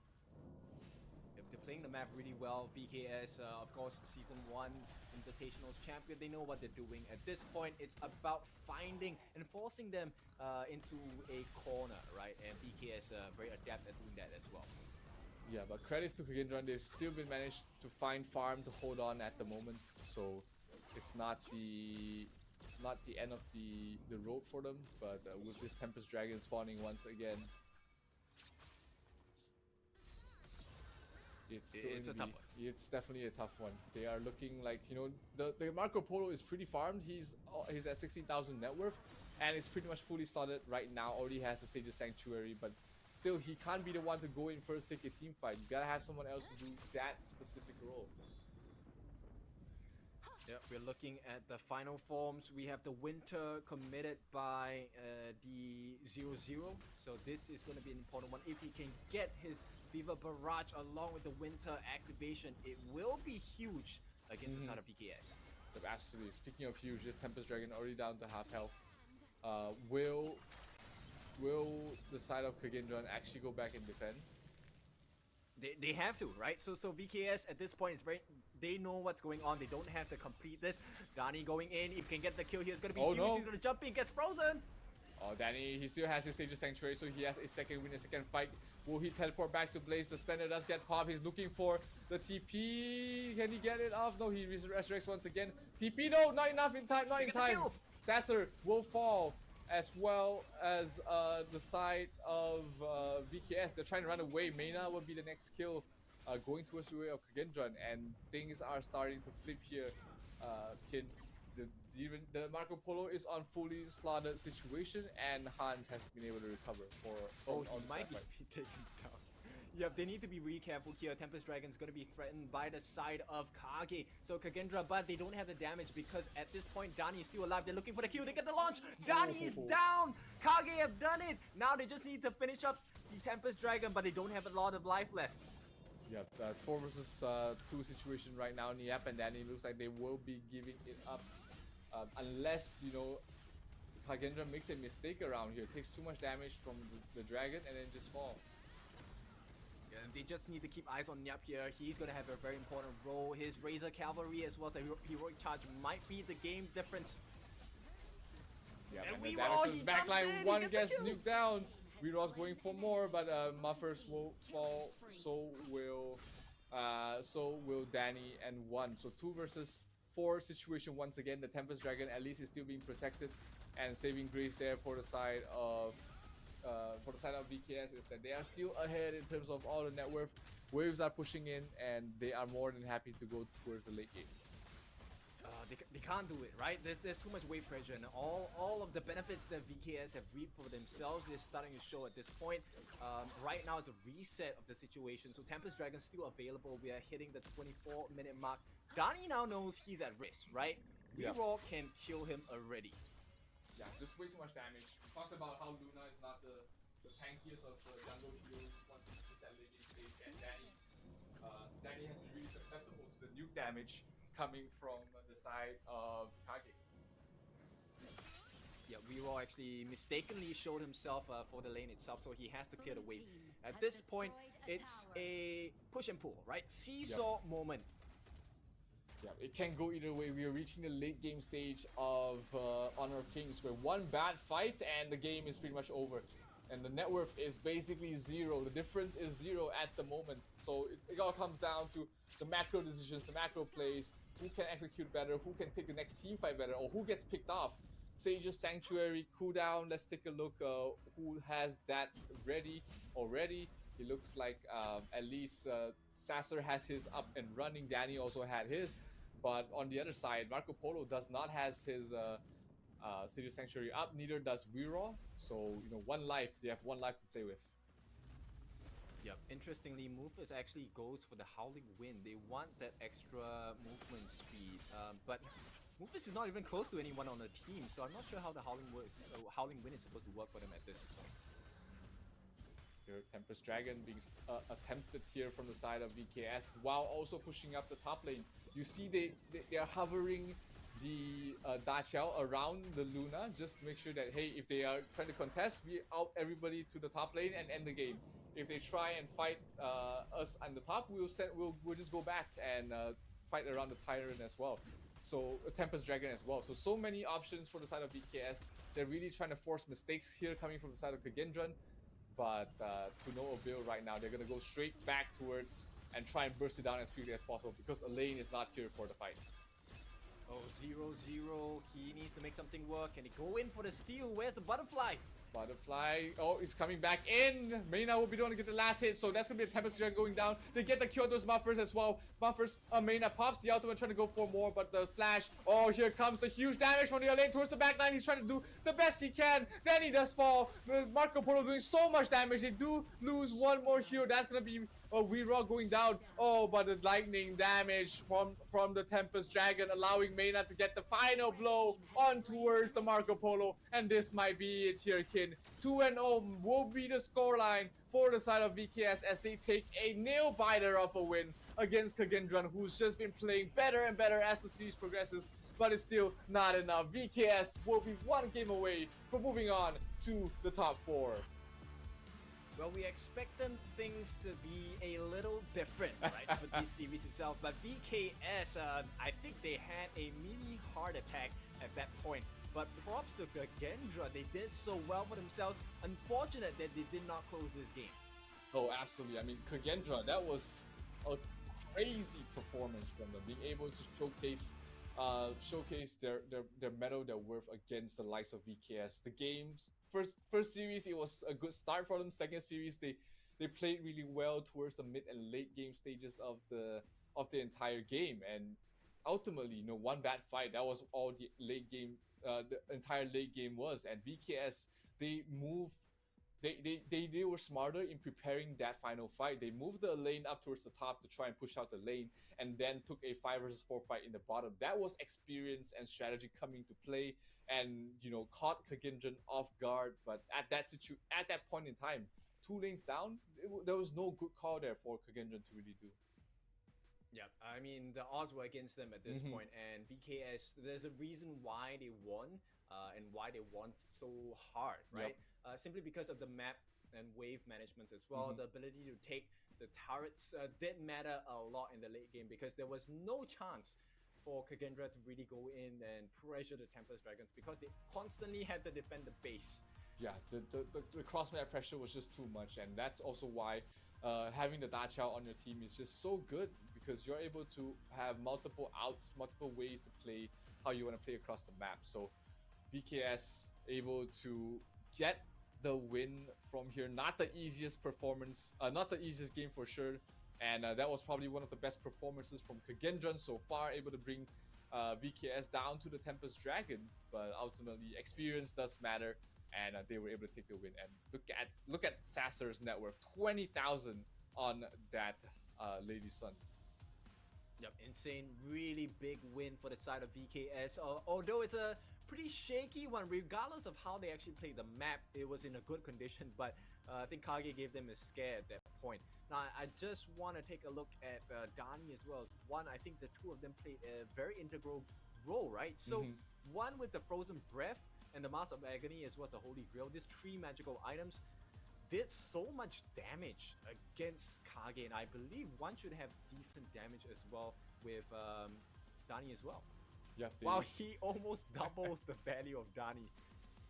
Yeah, the Luna towards the end, he's really just there to soak up damage, to try and control some players, put up shields, survive, be flashy, be hard to kill, but not really being able to deal a lot of damage towards the end, only to clean up hard to go targets. But the damage from Sasser is just way too easy, and of course one with the Mask of Agony and how that works with the first skill of the Da Chao just really ensures that the damage will be constant from the Da Chao mid. Yep, props to the side of Kagendra, right? I think Hans did a really good job. He tanked up to 180,000 worth of damage coming out from the side of VKS. Bought a lot of time, opened the map for Weeraw to really come in, get a couple of the kills as well. But it's a team game, right? Yep. So VKS showing that they are the better team at this point. Yep, absolutely. The experience, the movement across the maps absolutely did matter. I mean, VKS, they were down. They were down about 2,000. Then Kagendran, VKS was up by 2,000 at the start. Then Kagendran started to take control of the mid game, but the late game movement across the map was just all on VKS's favor, and they were able to close out the game despite it going that late. I mean, this was not the situation that the first seed VKS was expecting against, you know, a more underdog team, but at least they were able to find the win towards the end. Yeah, for sure. This is the benefit of fresh faces, right? We get exciting matches. You know, the old champions and the veterans get a taste of what the new boys and new kids on the block have to offer as well. I'm just really curious about the MVP of this game. I think it's a contest between Juan and Donnie, but we'll see who it is. It is actually going to be Mena, that Zhangfei, that the support. He took 183,000 damage as well, dealing 91,000 himself. Very good saving grace because he did his unbridled outburst at such critical moments, saving leaping saviors onto Caesar, onto Danny, saving them multiple times across the match. Yeah, and in the closing of the game, I'm not sure if you noticed that, but maybe you'll catch that in the replay, is that Mena was the one to finish off two of the core heroes on the side of Kagendra as they were trying to escape. He just stuck to them, utilized the lightning from the Tempest Dragon and got two crucial kills. One of it was on 0-0 and I forgot who, I think the other one was on Vira. So yeah, he was integral to help VKS close out the game, and let's see if it's we're able to spot it out here in the replay. Yeah, but that was a nice ultimate. He actually pushed Vira away and allowed Danny to get the smite as well. He himself had a smite to offer to the team, and most of the time, look at that. So many times Another snipe. Stole the Tyrants, stole the Overlord, and it was constant pressure coming out from the side of VKS. Yeah, we call Zhangfei a beast. We can call Mena a beast because he's an absolute beast playing on this hero, and absolutely crucial for his team's victory. Very well deserved MVP. Supports don't really get a lot of love because they are not very flashy, but hey, if you can make Zhangfei flashy, I mean Mena did it in this game. Absolutely. Again, it was on Mena. So he embodies what it takes to play Zhangfei, and he is a beast himself for sure. And at this moment, I think yes, we will see it. Mena was chasing in. He used the lightning buffs to kill off 0-0. I remember this moment itself. And at this point, there was nothing else that Kagendra could offer that will make a difference against the side of VKS. So I really like the gameplay by VKS, and as it stands now, I think we are up for a very interesting game 3. Oh, I mean, the games are getting closer and closer as the series progresses, which is a good sign because it means that, you know, even the team lost, they were able to get something out of it and use it directly in the next game. But what you can learn from these games as well is you can take the lessons you've learned watching these players play against each other, and you register your team for the Open Series Split 2 because this might be the start of your esports journey. So how you register is you just need to log in to the Honor of Kings game to sign up during this period, starting from the 8th of July to the 19th, and you form a team with your friends, your colleagues, or just people you find randomly in groups in all our social media or community channels. Then you might find yourself embarking on your journey to become a professional esports player. So make sure you sign up because there's plenty of prizes and in-game rewards waiting for you there. Yeah, your esports journey doesn't start from there. You have already started your esports journey. That is true. That is true. By watching us, just by playing the game, you will have already taken the first step. Now we're just asking you to take one more step, and maybe we will see you on the stage competing, and we will be casting for you. Yeah, that's how All Gamers Global made it here to the Honor Kings Invitational Season 2. And we might be shouting out your name in the next one as well. You never know. So make sure you give it all your best. Prepare with your players because all these players on stage, they have been giving their best to make it this far. Top 8 is not an easy spot to be in. Out of all the different teams that have qualified, this is the final 8 in the Season 2 Invitational. And after this last series, we'll be whittling down the number to 4 as we'll be moving on to the semifinals. That's right, and now, Kagendra's life, tournament life on the line. Vivo Key Stars still looking as stoic as ever, very calm, very composed. They're here to finish the job for sure. But Kakendra, I think they have slightly different plans in mind. Yeah, I mean, they've been improving game and game. The drafts has been getting better. They were just a little bit off in terms of teamfight execution in game number 2. So if they're able to clean up that part of their act, I think they're in a good spot to force us to a game number 3. And we're talking about this, Kin. Which of these two series in happening today has the higher chance of going to a game number 3? Game number 4. We completely written off Kagendran and actually thought that, you know, it would have been the other series between LGD and All Gamers Global that could potentially go to a game number 4. But hey, Kagendran is trying to make us eat our words. Well, all I can say is to err is human, right? So we take the losses as it comes, but it's not a true. You don't fail until you stop trying, right? So at this point, Kagendra, they still have a chance, and they must make the best out of it. Absolutely, it is one last hurrah. They will not go down without a fight. They have been fighting for their lives so far. It's been getting closer and closer. They can smell the victory. It's always been down to the wire, and if they are able to push themselves past the hurdle, they will be bringing us to a game number 4. But hey, VKS, they've also showcased what it means to be a champion, what it means to be the most experienced team in this tournament. Is that, you know, they've been in this situation many times across many tournaments, and they just know what it takes to take it past that edge. Yeah, but you know, one interesting thing that I've seen in all these years of casting is the fact that a team on the cusp of losing, you know, on the last legs of tournament life, are actually the scariest people to deal with, because everything's on the line, right? Win or lose doesn't matter. We will want to do our best. We want to have fun, and I'm expecting a very unorthodox draft coming out from Kage at this point. Yeah, and it starts off with the ban. They banned out the Guan Yu. Niaps had two amazing games on this hero already, so they do not want to see it in his hands once again. Does still focus prioritize the Arlie in the first pick, which leaves open the Lady Zen for VKS to pick up if they want to. Yeah, so Lady Chen definitely going to be one of the priorities on this side. Once again, snapped up immediately for 1, and this time they're going to combine it and combo it with the Ma Yin, which will go into the hands of Niap. Once again, one of his signature heroes as well, right? We have seen in the group stages, I believe he has used a Ma Yin, and to devastating effect. Now it's going to be countered straight away by the Byron pick. So Kagendra, I think they're able to match toe-to-toe, right, in terms of drafting. Yep, definitely. They seem to know how to answer every pick of VKS so far. But to work on that point, Kin, why do you say? Can you explain to the audience why is Byron the counter to Mayin?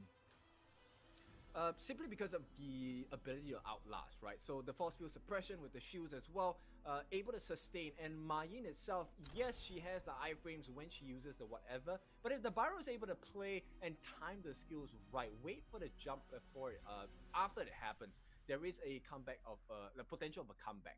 And of course, this then is affected by how the laning phase goes, the itemization, and stuff like that. But interesting thing that we are going to see here is the fact that Neza has been picked. We had seen the Neza picked a couple of times, even yesterday, and it's had mixed results as a jungle. It's a pretty flashy hero, but he doesn't really do a lot of damage on his own. He's more of a supportive jungle, and you know, Danny has been one of those players that can play in both roles. He can be the carry, or he can be the one to support his team to victory. And the Neza is great to shut down the RD as well, to just being able to lock down on her, to try and burst her down, and also just continue chasing through all the parasols that she can bring out, and the mobility that she has. Neza is one of the stickier jungle heroes that you can pick against the RD. Yep, interesting. I like the bans coming out from VKS, right? The Angela and the Princess Frost, they want to make the matchup as difficult as possible against Lady Chen. Yep, it is. They are trying to, you know, just shut down that hero. Not gonna let it have a great game. The Enpo support will be picked up there from the side of VKS, which only means that they need the final marksman for their squad, while Kage is lacking a jungle and a mid. It will be the Luna jungle. Yep, told you, they're gonna go for those very unorthodox drafts. And I like what I'm seeing here from the side of Kagendra. We know they are mechanically gifted already, so expectations of a very high-paced game because based on what we have seen from VKS's Luna, we can have a very spicy one. And bear in mind, they have a Yuhuan in the mid. This is gonna have huge heals, huge stuns, and potentially a very devastating result against VKS. Yeah, we have been seeing more of the Yang Yuhuan in towards the jungle role, more of the mid, more than the mid. But she is still a mage that you usually pick it as a mage. So it's great to see her back in her natural role and Luna in the hands of Wira this time. The only downside I see from the side of Kagendra's draft is that there is a lot of magic-based damage. You got the Luna, you got the Yuhuan, and you also have the Arlie providing a little bit of magic damage, which sometimes you just don't want to have that sort of damage distribution. Too much magic damage, not enough physical damage makes your team easier to build against in terms of the items. Yeah, for a moment there, you know, I was kind of thinking, what if the Yuhuan went to jungle and the Luna went to mid? But anyways, those funny thoughts at this point. So we're gonna have the Yuhuan back from the mid against the Lady Zen. Yeah, the Lady Zen is going to be able to push out the wave better and harass better, but Yuhuan has so much sustainability in the lane, and her AoE is nothing to scoff at. She's able to constantly poke as well with her second skill. So you know, it's not a very direct laning. This whoever wins the lane, it's not very direct. But yeah, like it's a very complicated hero as well. You gotta mix in your basic attacks with your second skill. So 1-2 BA, 1 BA out, 1 BA2. That's a very long combo, and it's not the only way to play it. You can mix and match depending on the situation you are in, depending whether you need heals for your team, a bit more damage. That's what the ultimate basically does. Is it switches up. You have a passive that you can switch up the types of damage. But bottom lane, a lot of damage being dealt there. 2-0-0 already, but Yuhuan, the Luna is here trying to get a kill. This is a perfect position for the Luna. Can he go for a kill there? Sasa dropping very low, but Neza here to save the day, flying it in on towards the Luna. Not able to finish him off, though. Not enough backup. Everybody was a bit too low, and the Lady Zen was not level 4 yet. So both these teams are just gonna back off and lick their wounds for a little bit. Yep, Dani saving the day there. It was going to be horrendous for the side of VKS if Dani did not appear at the Skyfall there. And right on the top lane as well, Clash Lane 1v1. It's pretty much a skill matchup at this point, and it looks like Forbidden Domain actually making good sense here. Yep, absolutely. It's still a stalemate in terms of the kills so far. Nobody has really been able to get anything out of the early engagement. We see Danny showing his face towards the mid, but against the Yuhuan, who has so much heals and so many ways to disrupt your movement, it's not going to be an easy kill. So VKS is taking the slight lead for the moment, but in another minute or so, we're going to see the Tyrant spawning, and that's where we probably will see the first big fights happening in this game. Yep, and one of the interesting things we'll see is I believe Kagendra will start to group up the moment it hits the 4-minute mark, right? After this first neutral objective, then there's really a growing death ball, and it's a growing healing death ball, which is really hard to play against. Absolutely. I mean, we've seen death balls get amplified just by having a little bit more sustain with heroes like the Leah, heroes like the Taiyan. And this time with the Yuhuan, it's something else. It can be really scary because it means that even if they take a fight and they're low on health, they can just heal back up to full with any of those heroes. So if Kagendra is able to surprise the side of VKS, they might be able to just run away with this game. But it all comes down to the first Tyrant. Can they get this and secure it for themselves, or will VKS stop it at their tracks? Well, this is the most equal we have seen the both of them thus far, and it looks like Senku falling a bit with the unending sorrow as well. Oh, the jump in! Oh, perfectly played there by Senku as well as Wira, really just juking and jiving, using their abilities to their fullest, and Senku using the ultimate to survive, being that a few seconds of invulnerability, gets herself out to safety and also heals back to full. That's the power of the young Yuhuan mid. You cannot gank her. She's tough to tough to finish off, and she's always going to be back for a second round. Yep, you need stun over stuns to be able to deal that killing blow against the Yuan, and as it stands now, it looks like Kagendra, they seem to be in a better position at this point. Oh, but they do have Mayin using a teleport. They're trying to go for 0-0, but he got himself back to safety after seeing the mark on his head. So 5 versus 5 engagement happening in the middle very soon. Byron's a bit too far from this. Can they take the fight? Oh no, the Zhangfei ultimate a bit too late, and it will be VKS taking the first blood as well as the first tire. They're going to go for more. Yu Huan pops the ultimate a bit too early. He might be in danger. Niab goes for the kill, goes for the chase and the kill, and Hans 1 versus 5, not the position he wants to be in, and it only leaves Reroll, the last man to safety. We talked about this first fight, how crucial it will be for Kage to take the win, but it will be VKS stopping it at its tracks. Yep, and right off the bat, right, we said that at the 4-minute mark, they will group up together, and the Death Ball did not work out. They got split up in the fight, so the Yu Huan ultimate did not make too much sense because the heals didn't come through as well. So VKS understanding the win conditions on the side of Kagendra, just breaking them apart. Absolutely, and you know, you can't give the Neza a good start because once that hero gets a snowball, he really starts to really shut down your squishy heroes like the Arlie. If he's just locked down by the Neza, he can really just get bursted. Arlie's not the tankiest of marksmen, but speaking of tanking, top lane, yeah, trying to tank up a gank here, but here comes the Marco Polo with the ultimate, enough to burst him down. He already has his Spark Force dagger completed, and that's going to be enough magical damage to burst him down through all of it. So good movement from VKS. Again, this is the classic VKS aggression, and then into a objective across the map. Yep, it's a bit unfortunate here, but we might see the Skyfall being put into place because the Weeraw is alone. Okay, hang on, never mind. Senku is around. You have Senku just dissuading them for the moment. Danny towards mid. They do have 4 heroes here, and they're trying to get something else for their own. Luna, oh, that's gonna be the ultimate used, so you have to wait for the cooldown before he can really just dive again. Arlie trying to go for the tower. But there's just 4 heroes here that's really stopping them at the moment. But bottom lane, Mayin doing a bit of a macro play is gonna finish off the bottom tier 1 tower. Yes, she will, and that's gonna be a lot more gold going to the side of VKS. Yep, so similar to game 1 and 2, VKS establishing the map control. We've already seen how hard it hurts and how heavy it hurts when you have absolutely zero map control in the late game. Yep, absolutely. It's hard when your jungle is constantly. Oh, Reroll going for kills. No, not enough. But so much damage already dealt now. Oh, one's gonna get bursted down there.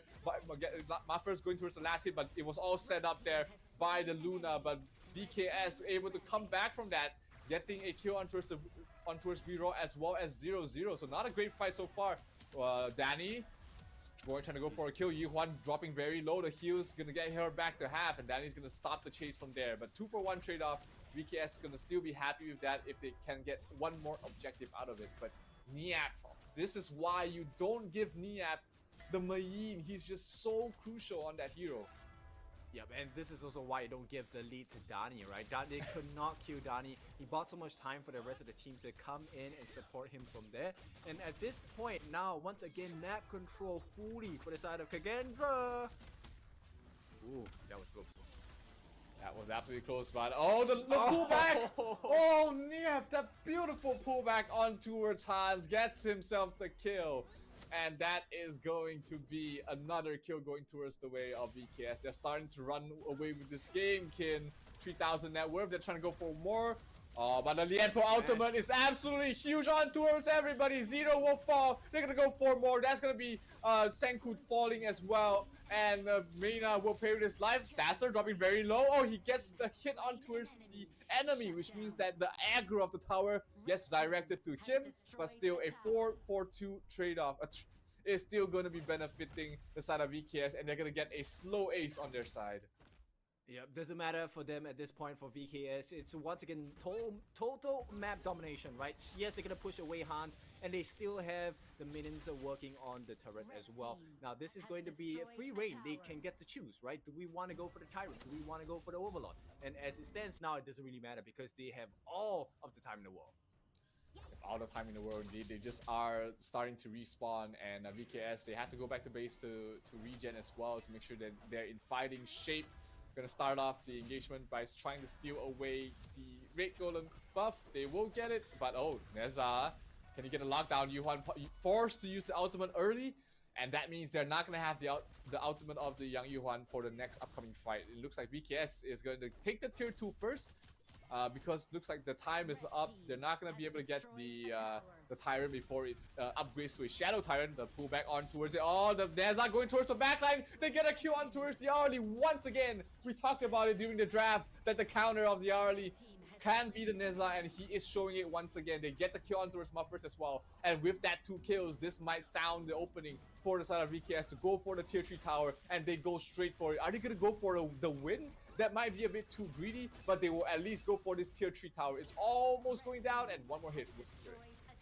Yep, and this is a pretty bad situation to be in for the side of Kagendra now. Take a look at the item growth coming in already with the Blazing Cape along the Blood Rage, and slowly building in towards the Long Night Guardian as well. This Neza is going to be extremely tanky. He's going to be very survivable. On the flip side, we only have the Augur's Word along with the Insatiable Tomb coming in from the Luna. So Wyrod, he needs to get a lot more. He's trying to go for the Void Staff, but at this point, they need a lot more than that. They need to try and get a steal, get a stop, get a team wipe on their side, because 6,000 net worth and the lead is only starting to grow here for the side of VKS. The Arlie isn't at critical mass yet, doesn't really have the items she needs to really do the damage that she needs to do. And the Luna is, like we said earlier, not one of those big damage dealers. Neza going for the Arlie, trying to finish him off, but able to flicker across the wall. Neza sticky though, trying to chase, and this is why you have these sticky heroes against the Arlie. You will be able to chase her wherever she goes, and the Luna in trouble once again. The Mayin will be able to set up the kill for Assassin to pick up, and 3 heroes down. VKS waste no time. They're going straight for the Crystal, and this might be it. This might be it, Ken. We might have our 4th semi-finalist in the Honor Kings Invitational Season 2, as VKS will clean things up. Clinical aggression, fast, and they're moving on to the semi-finals. Yep, it was looking promising for the side of Kagendra, but VKS said no. It is going to be an all Brazilian Malaysian Grand Finals as we take a look at the semi-finals here. I'm so sorry, my dear lady there, but it is going to be VKS that takes home the win. Absolutely, what a fantastic performance from both teams, but GG's to John. VKS will be the one moving on, and we're gonna have a winner's interview with VKS with Choo Choo.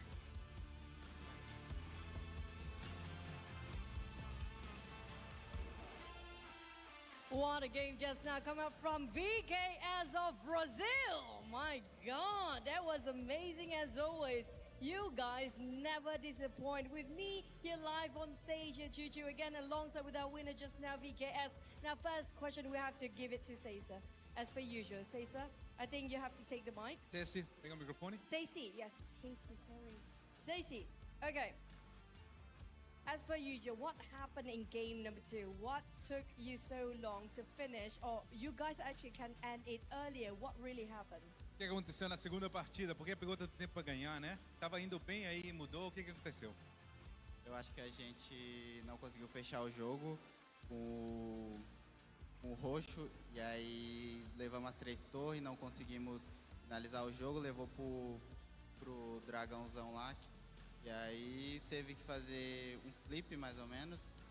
E eu acho que demorou porque a gente não conseguiu fechar com o roxo e aí não conseguimos fechar sem, a gente não ia conseguir fechar sem o roxo. Basically, we couldn't finish the game when we had the chance early on. So that's why we had to take a few rounds until we managed to get where we wanted. We had to make basically an extra push. And there's going to be a lot of rounds after that, of course. Now next is going to be Niap. Yeah. Is that true? Did I pronounce Niap right? That's right, that's right. I got the good from Coach Joko. Now, which is your favorite Clash Lane hero by far? Qual é o seu herói favorito na Clash Lane? Meu herói favorito é o Align. E acho que, por muito, é o herói que eu mais gosto de jogar e o que eu mais tenho conforto em pegar em campeonato. Is one, because that's the one I'm more comfortable playing and the one that I'm more confident that will help me get this championship. But we do know Guan Yu is your signature hero these days, right? So for me, example, for all the new players out there that want to learn Guan Yu from you, what are your tips? Todos sabemos que você é muito bom com o Guan Yu, qual é a dica que você pode dar para todo o pessoal como jogar com esse herói? O Guanyu é um herói que tem que ter muito cuidado com a passiva dele, porque ele fica muito fraco quando toma muito stun e slow, então você tem que saber o momento certo de entrar na luta. You must be very careful to use it because sometimes he's really vulnerable, so you must know the exact correct time to enter the battle. Now, I think it's pretty down to the judgment of the player to actually do it. Don't go blindly, guys. That's what a lot of newbies do, like me. And next one is going to be to the captain, Danny. Now, you will fight Team Secret next. How's the preparation for your team? And how is there anything you want to say for Team Secret tomorrow? Próxima partida é contra o Team Secret, né? Como é que você está โอ้ preparando? E você tem โอ alguma เค mensagem ครับก็ para จบ eles? ไปแล้วนะครับระหว่างอินโดกับบราซิลนะครับเป็นทางด้านบราซิลที่ชนะไปด้วยสกอร์ 0-3 เลยนะครับเรามารอดูการอัปเดตตารางคะแนนไม่ใช่ตารางคะแนนเลยว่าตารางต่อไปที่จะแข่งกันต่อในรอบ4ทีมมีทีมไหนบ้างนะครับเดี๋ยวน่าจะอัปเดตมาอีกแป๊บหนึ่งหลังจบสัมภาษณ์นี้ครับ And I believe that they will allow us to reach their prepared and allow us to get the championship. Watch out, Team Secret, for tomorrow. Last but not least, from your team, I mean, like Danny, you can say it for all your fans all the way out there has been supporting, even here as well. There's so many fans of yours too. Outra vez, mensagem para os fãs. Quero agradecer todo o apoio, todo mundo que está assistindo aí. Vocês estão acompanhando a gente desde o início e estão apoiando, mandando muitas mensagens. A gente está muito feliz com esse apoio e a gente espera retribuir vocês com bons resultados. Acredito que agora já que tem 2 times brasileiros e 2 times malaios na semifinal, a gente é no mínimo top 3 regiões do mundo, contando com a China. Então acho que a gente está bem feliz com esses resultados. A gente está trazendo bons frutos para nossa região e também mandar um beijo para minha namorada que está assistindo, um beijo para minha família e é isso. Eu amo todo mundo, todos vocês aí que estão assistindo. Muito obrigado. First and foremost, of course, thanks the fans for all the support, for being with us through it all. That has allowed us to reach to this point where we have 2 Malaysian teams and 2 Brazilian teams that will be fighting for the cup. And he also wanted to add hello and a kiss to his girlfriend who's watching him and his family. Thank you very much from all the way over here. Oh my God, that's very touching indeed. But I'm sorry for your girlfriend, but my friend taught me to say to you guys this. Voce é muito bonito. I'm sorry, but that's going to be the wrap for the interview here right now. Thank you so much. Congratulations for VKS. But we're back to the casters to wrap the day. Thank you so much, Chuchu. Very fun interview with the defending champions, and they will try to defend their throne tomorrow in the top 4, but they will not be facing an easy opponent. They're going to be facing one of the favorites to take it all as well, which is Team Secret in the top 4. While on the other side of the semifinals, we're going to have LGD Malaysia, who played phenomenally today, to be facing up against Loops. So it's going to be a Malaysian and Brazilian matchup on both sides of the bracket.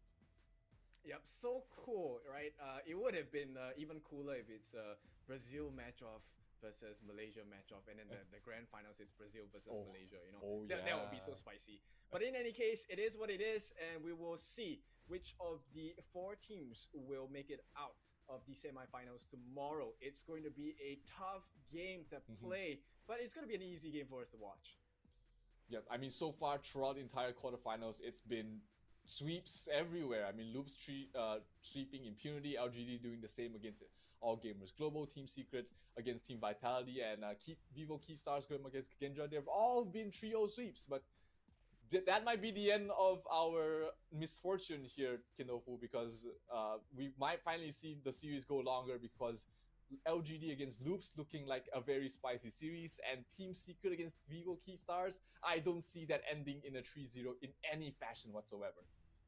Oh, for sure. It's the Clash of the Titans here, and it's for both games, right? Yeah. And it is going to be a best of 5 series. Now, let's cover our most recent best of 5 series. This, of course, ended with the VKS victory, as they have calmly predicted at the start of the day.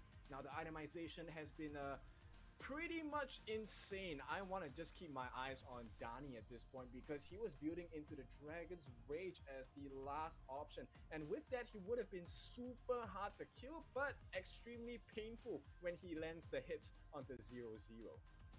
Yeah, absolutely. It's been a very interesting draft. You talked about how Kagendran were gonna pick up something unorthodox. They tried with the Yuhuan mid as well as the Luna jungle on their end. Unfortunately, it didn't really work out for them. VKS had the counters in mind. They had the better team fight. They even had the better early game. You talked about how the first fight around the Tyrant was absolutely crucial for Kagendran, and VKS knew that as well. They put all 5 heroes there, rotated people in time, and they were able to take that away from them. So let's take a look at the damage that the Yuhuan was really able to bring out. 51,000, not too bad, but it does really does not compare to what Dani and One was able to do on the Niza as well as the Lady Z. Yep. So there was one sneaky member on the side of Vivo Key Stars. That's actually going to be the Caesar Marco Polo. Actually, I kept my eyes on him on a couple of the engages as well. He was so slick with his roaming gun that allowed him to deal up to 61,000 damage and only 20,000 damage taken. Yeah, very slippery. He knew when to go in. He knew when to get out. And as Sasser, he has had a fantastic group stage. He's had a fantastic showing in this series so far, and he'll need all of that when he's facing up against a much more aggressive team like Team Secret, because they like to shut down the marksman. They like to dive in, slow down the marksman, not letting them get to their critical mass. And at least so far, Sasser has been able to hold his own. He's got multiple MVPs already. So let's see who will be the MVP for the side of BKS in this third game. But this game has been just the typical classic snowball of VKS. They ended the game early. They took the early fights. They won the early fights, and the moment they spotted weakness and a potential win, they would definitely go for it. Oh, for sure. So, I mean, they knew what the win condition was. They took advantage of it. And, it makes a lot of sense how this game went, because, like you said, when you give Nerza the lead in the game, he is going to just run. I mean, he takes to the skies with the Skyfall, right? And so what do you expect when you give him the lead? He's going to just run away. And right now, VKS as a team just outshining Kagendra. And this is not to dismiss Kagendra. They played an absolute fantastic game with whatever they have as well. It's just at this point, VKS is just too strong. Now, we're looking for that one member. Who is it? It's gonna be Dani on the Neza. I mean, we talked about in the draft when he picked up the Neza, we knew that this was his game to shine. Shutting down the Arlie, shutting down the Luna was his role, and boy did he do that. Absolutely insane last few engagement, really making the Arlie's life difficult. 3-0 and 12 on this Neza, and giving that hero yet another win on the board. Alright, so with that being said, Dani, of course, a familiar name going all the way from Season 1. Let's take a look at the replay of how this came to be. All started in the first big engagement over the fight as well. They got so many kills. 4 members, I believe, took the fall before, VKS was satisfied. And at this point, it was just Weeraw who was left to his own devices, while the rest of them made waves across the map here. Yeah, that was the first crucial fight that really started the entire snowball for the side of VKS. And here they tried. We can see the side of Kagendran. If they were not that far behind, they might have been able to take this fight. But Neza directly towards Arlie, getting a kill on towards the back line, really just stopping them from being able to take any sort of fight. And Miap, oh my god! I mean, we talked about the Mayin and how you have to take it away from his hands, and he just showcases to us why Team Secret needs to watch out for him on this Arlie, because he's absolutely crazy on that hero. And this final fight, after losing these 2 heroes, they went for the tier 3s on the bottom lane. And after this fight, they got 3 kills, and they knew that was all they needed to end the game here. Arlie again being chased down there by the Neza, and at this point in time, there was just nothing that Kagendran can really do, because they were just too far behind. They could not defend with the Yuhuan as well as the Byron and the Zhang Fei, and that was all she wrote here. KS will move on to the top 4 of the Honor of Kings Season 2 Invitational, where they will be facing ตาราง Secret to find out who will move ก็ on to มา the finals. And on the other side, รอบ it's ซีมิไฟนอล LGT going up 4 ทีม against สุดท้าย Zeus นะครับ in another Malaysian Brazil derby. Will it be in all มา Brazil เล finals? เซีย Will กับ it บ be รา in ซิล all Malaysian เข้ารอบ finals? Or ทีม will ละ we 2 have เลยนะ representation from เออ both countries in the grand เรามาดู finals? กัน We ครับ will ว่า find out รอบแกรนด์ไฟนอล tomorrow. That will be จะเป็น one heck ป of ระ a เทศ matchup. ไหน หรือทีมไหนที่จะเจอกัน หรือว่าเป็นประเทศเดียวกันที่จะเจอกันก็ไม่แน่ใจนะ ต้องรอดูครับ โอเคครับ ก็ต้องขอบคุณทุกคนที่นั่งดูไปด้วยกัน พรุ่งนี้น่าจะรอบซีมิไฟนอลนะครับรอดูครับเผื่อว่าพรุ่งนี้ถ้าผมมีเวลาผมก็จะมานั่งสตรีมให้ดูกันนะครับโอเคครับขอบคุณทุกคนครับบ๊ายบายครับ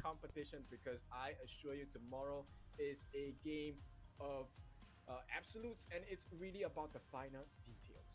Yeah, absolutely. Every single mistake,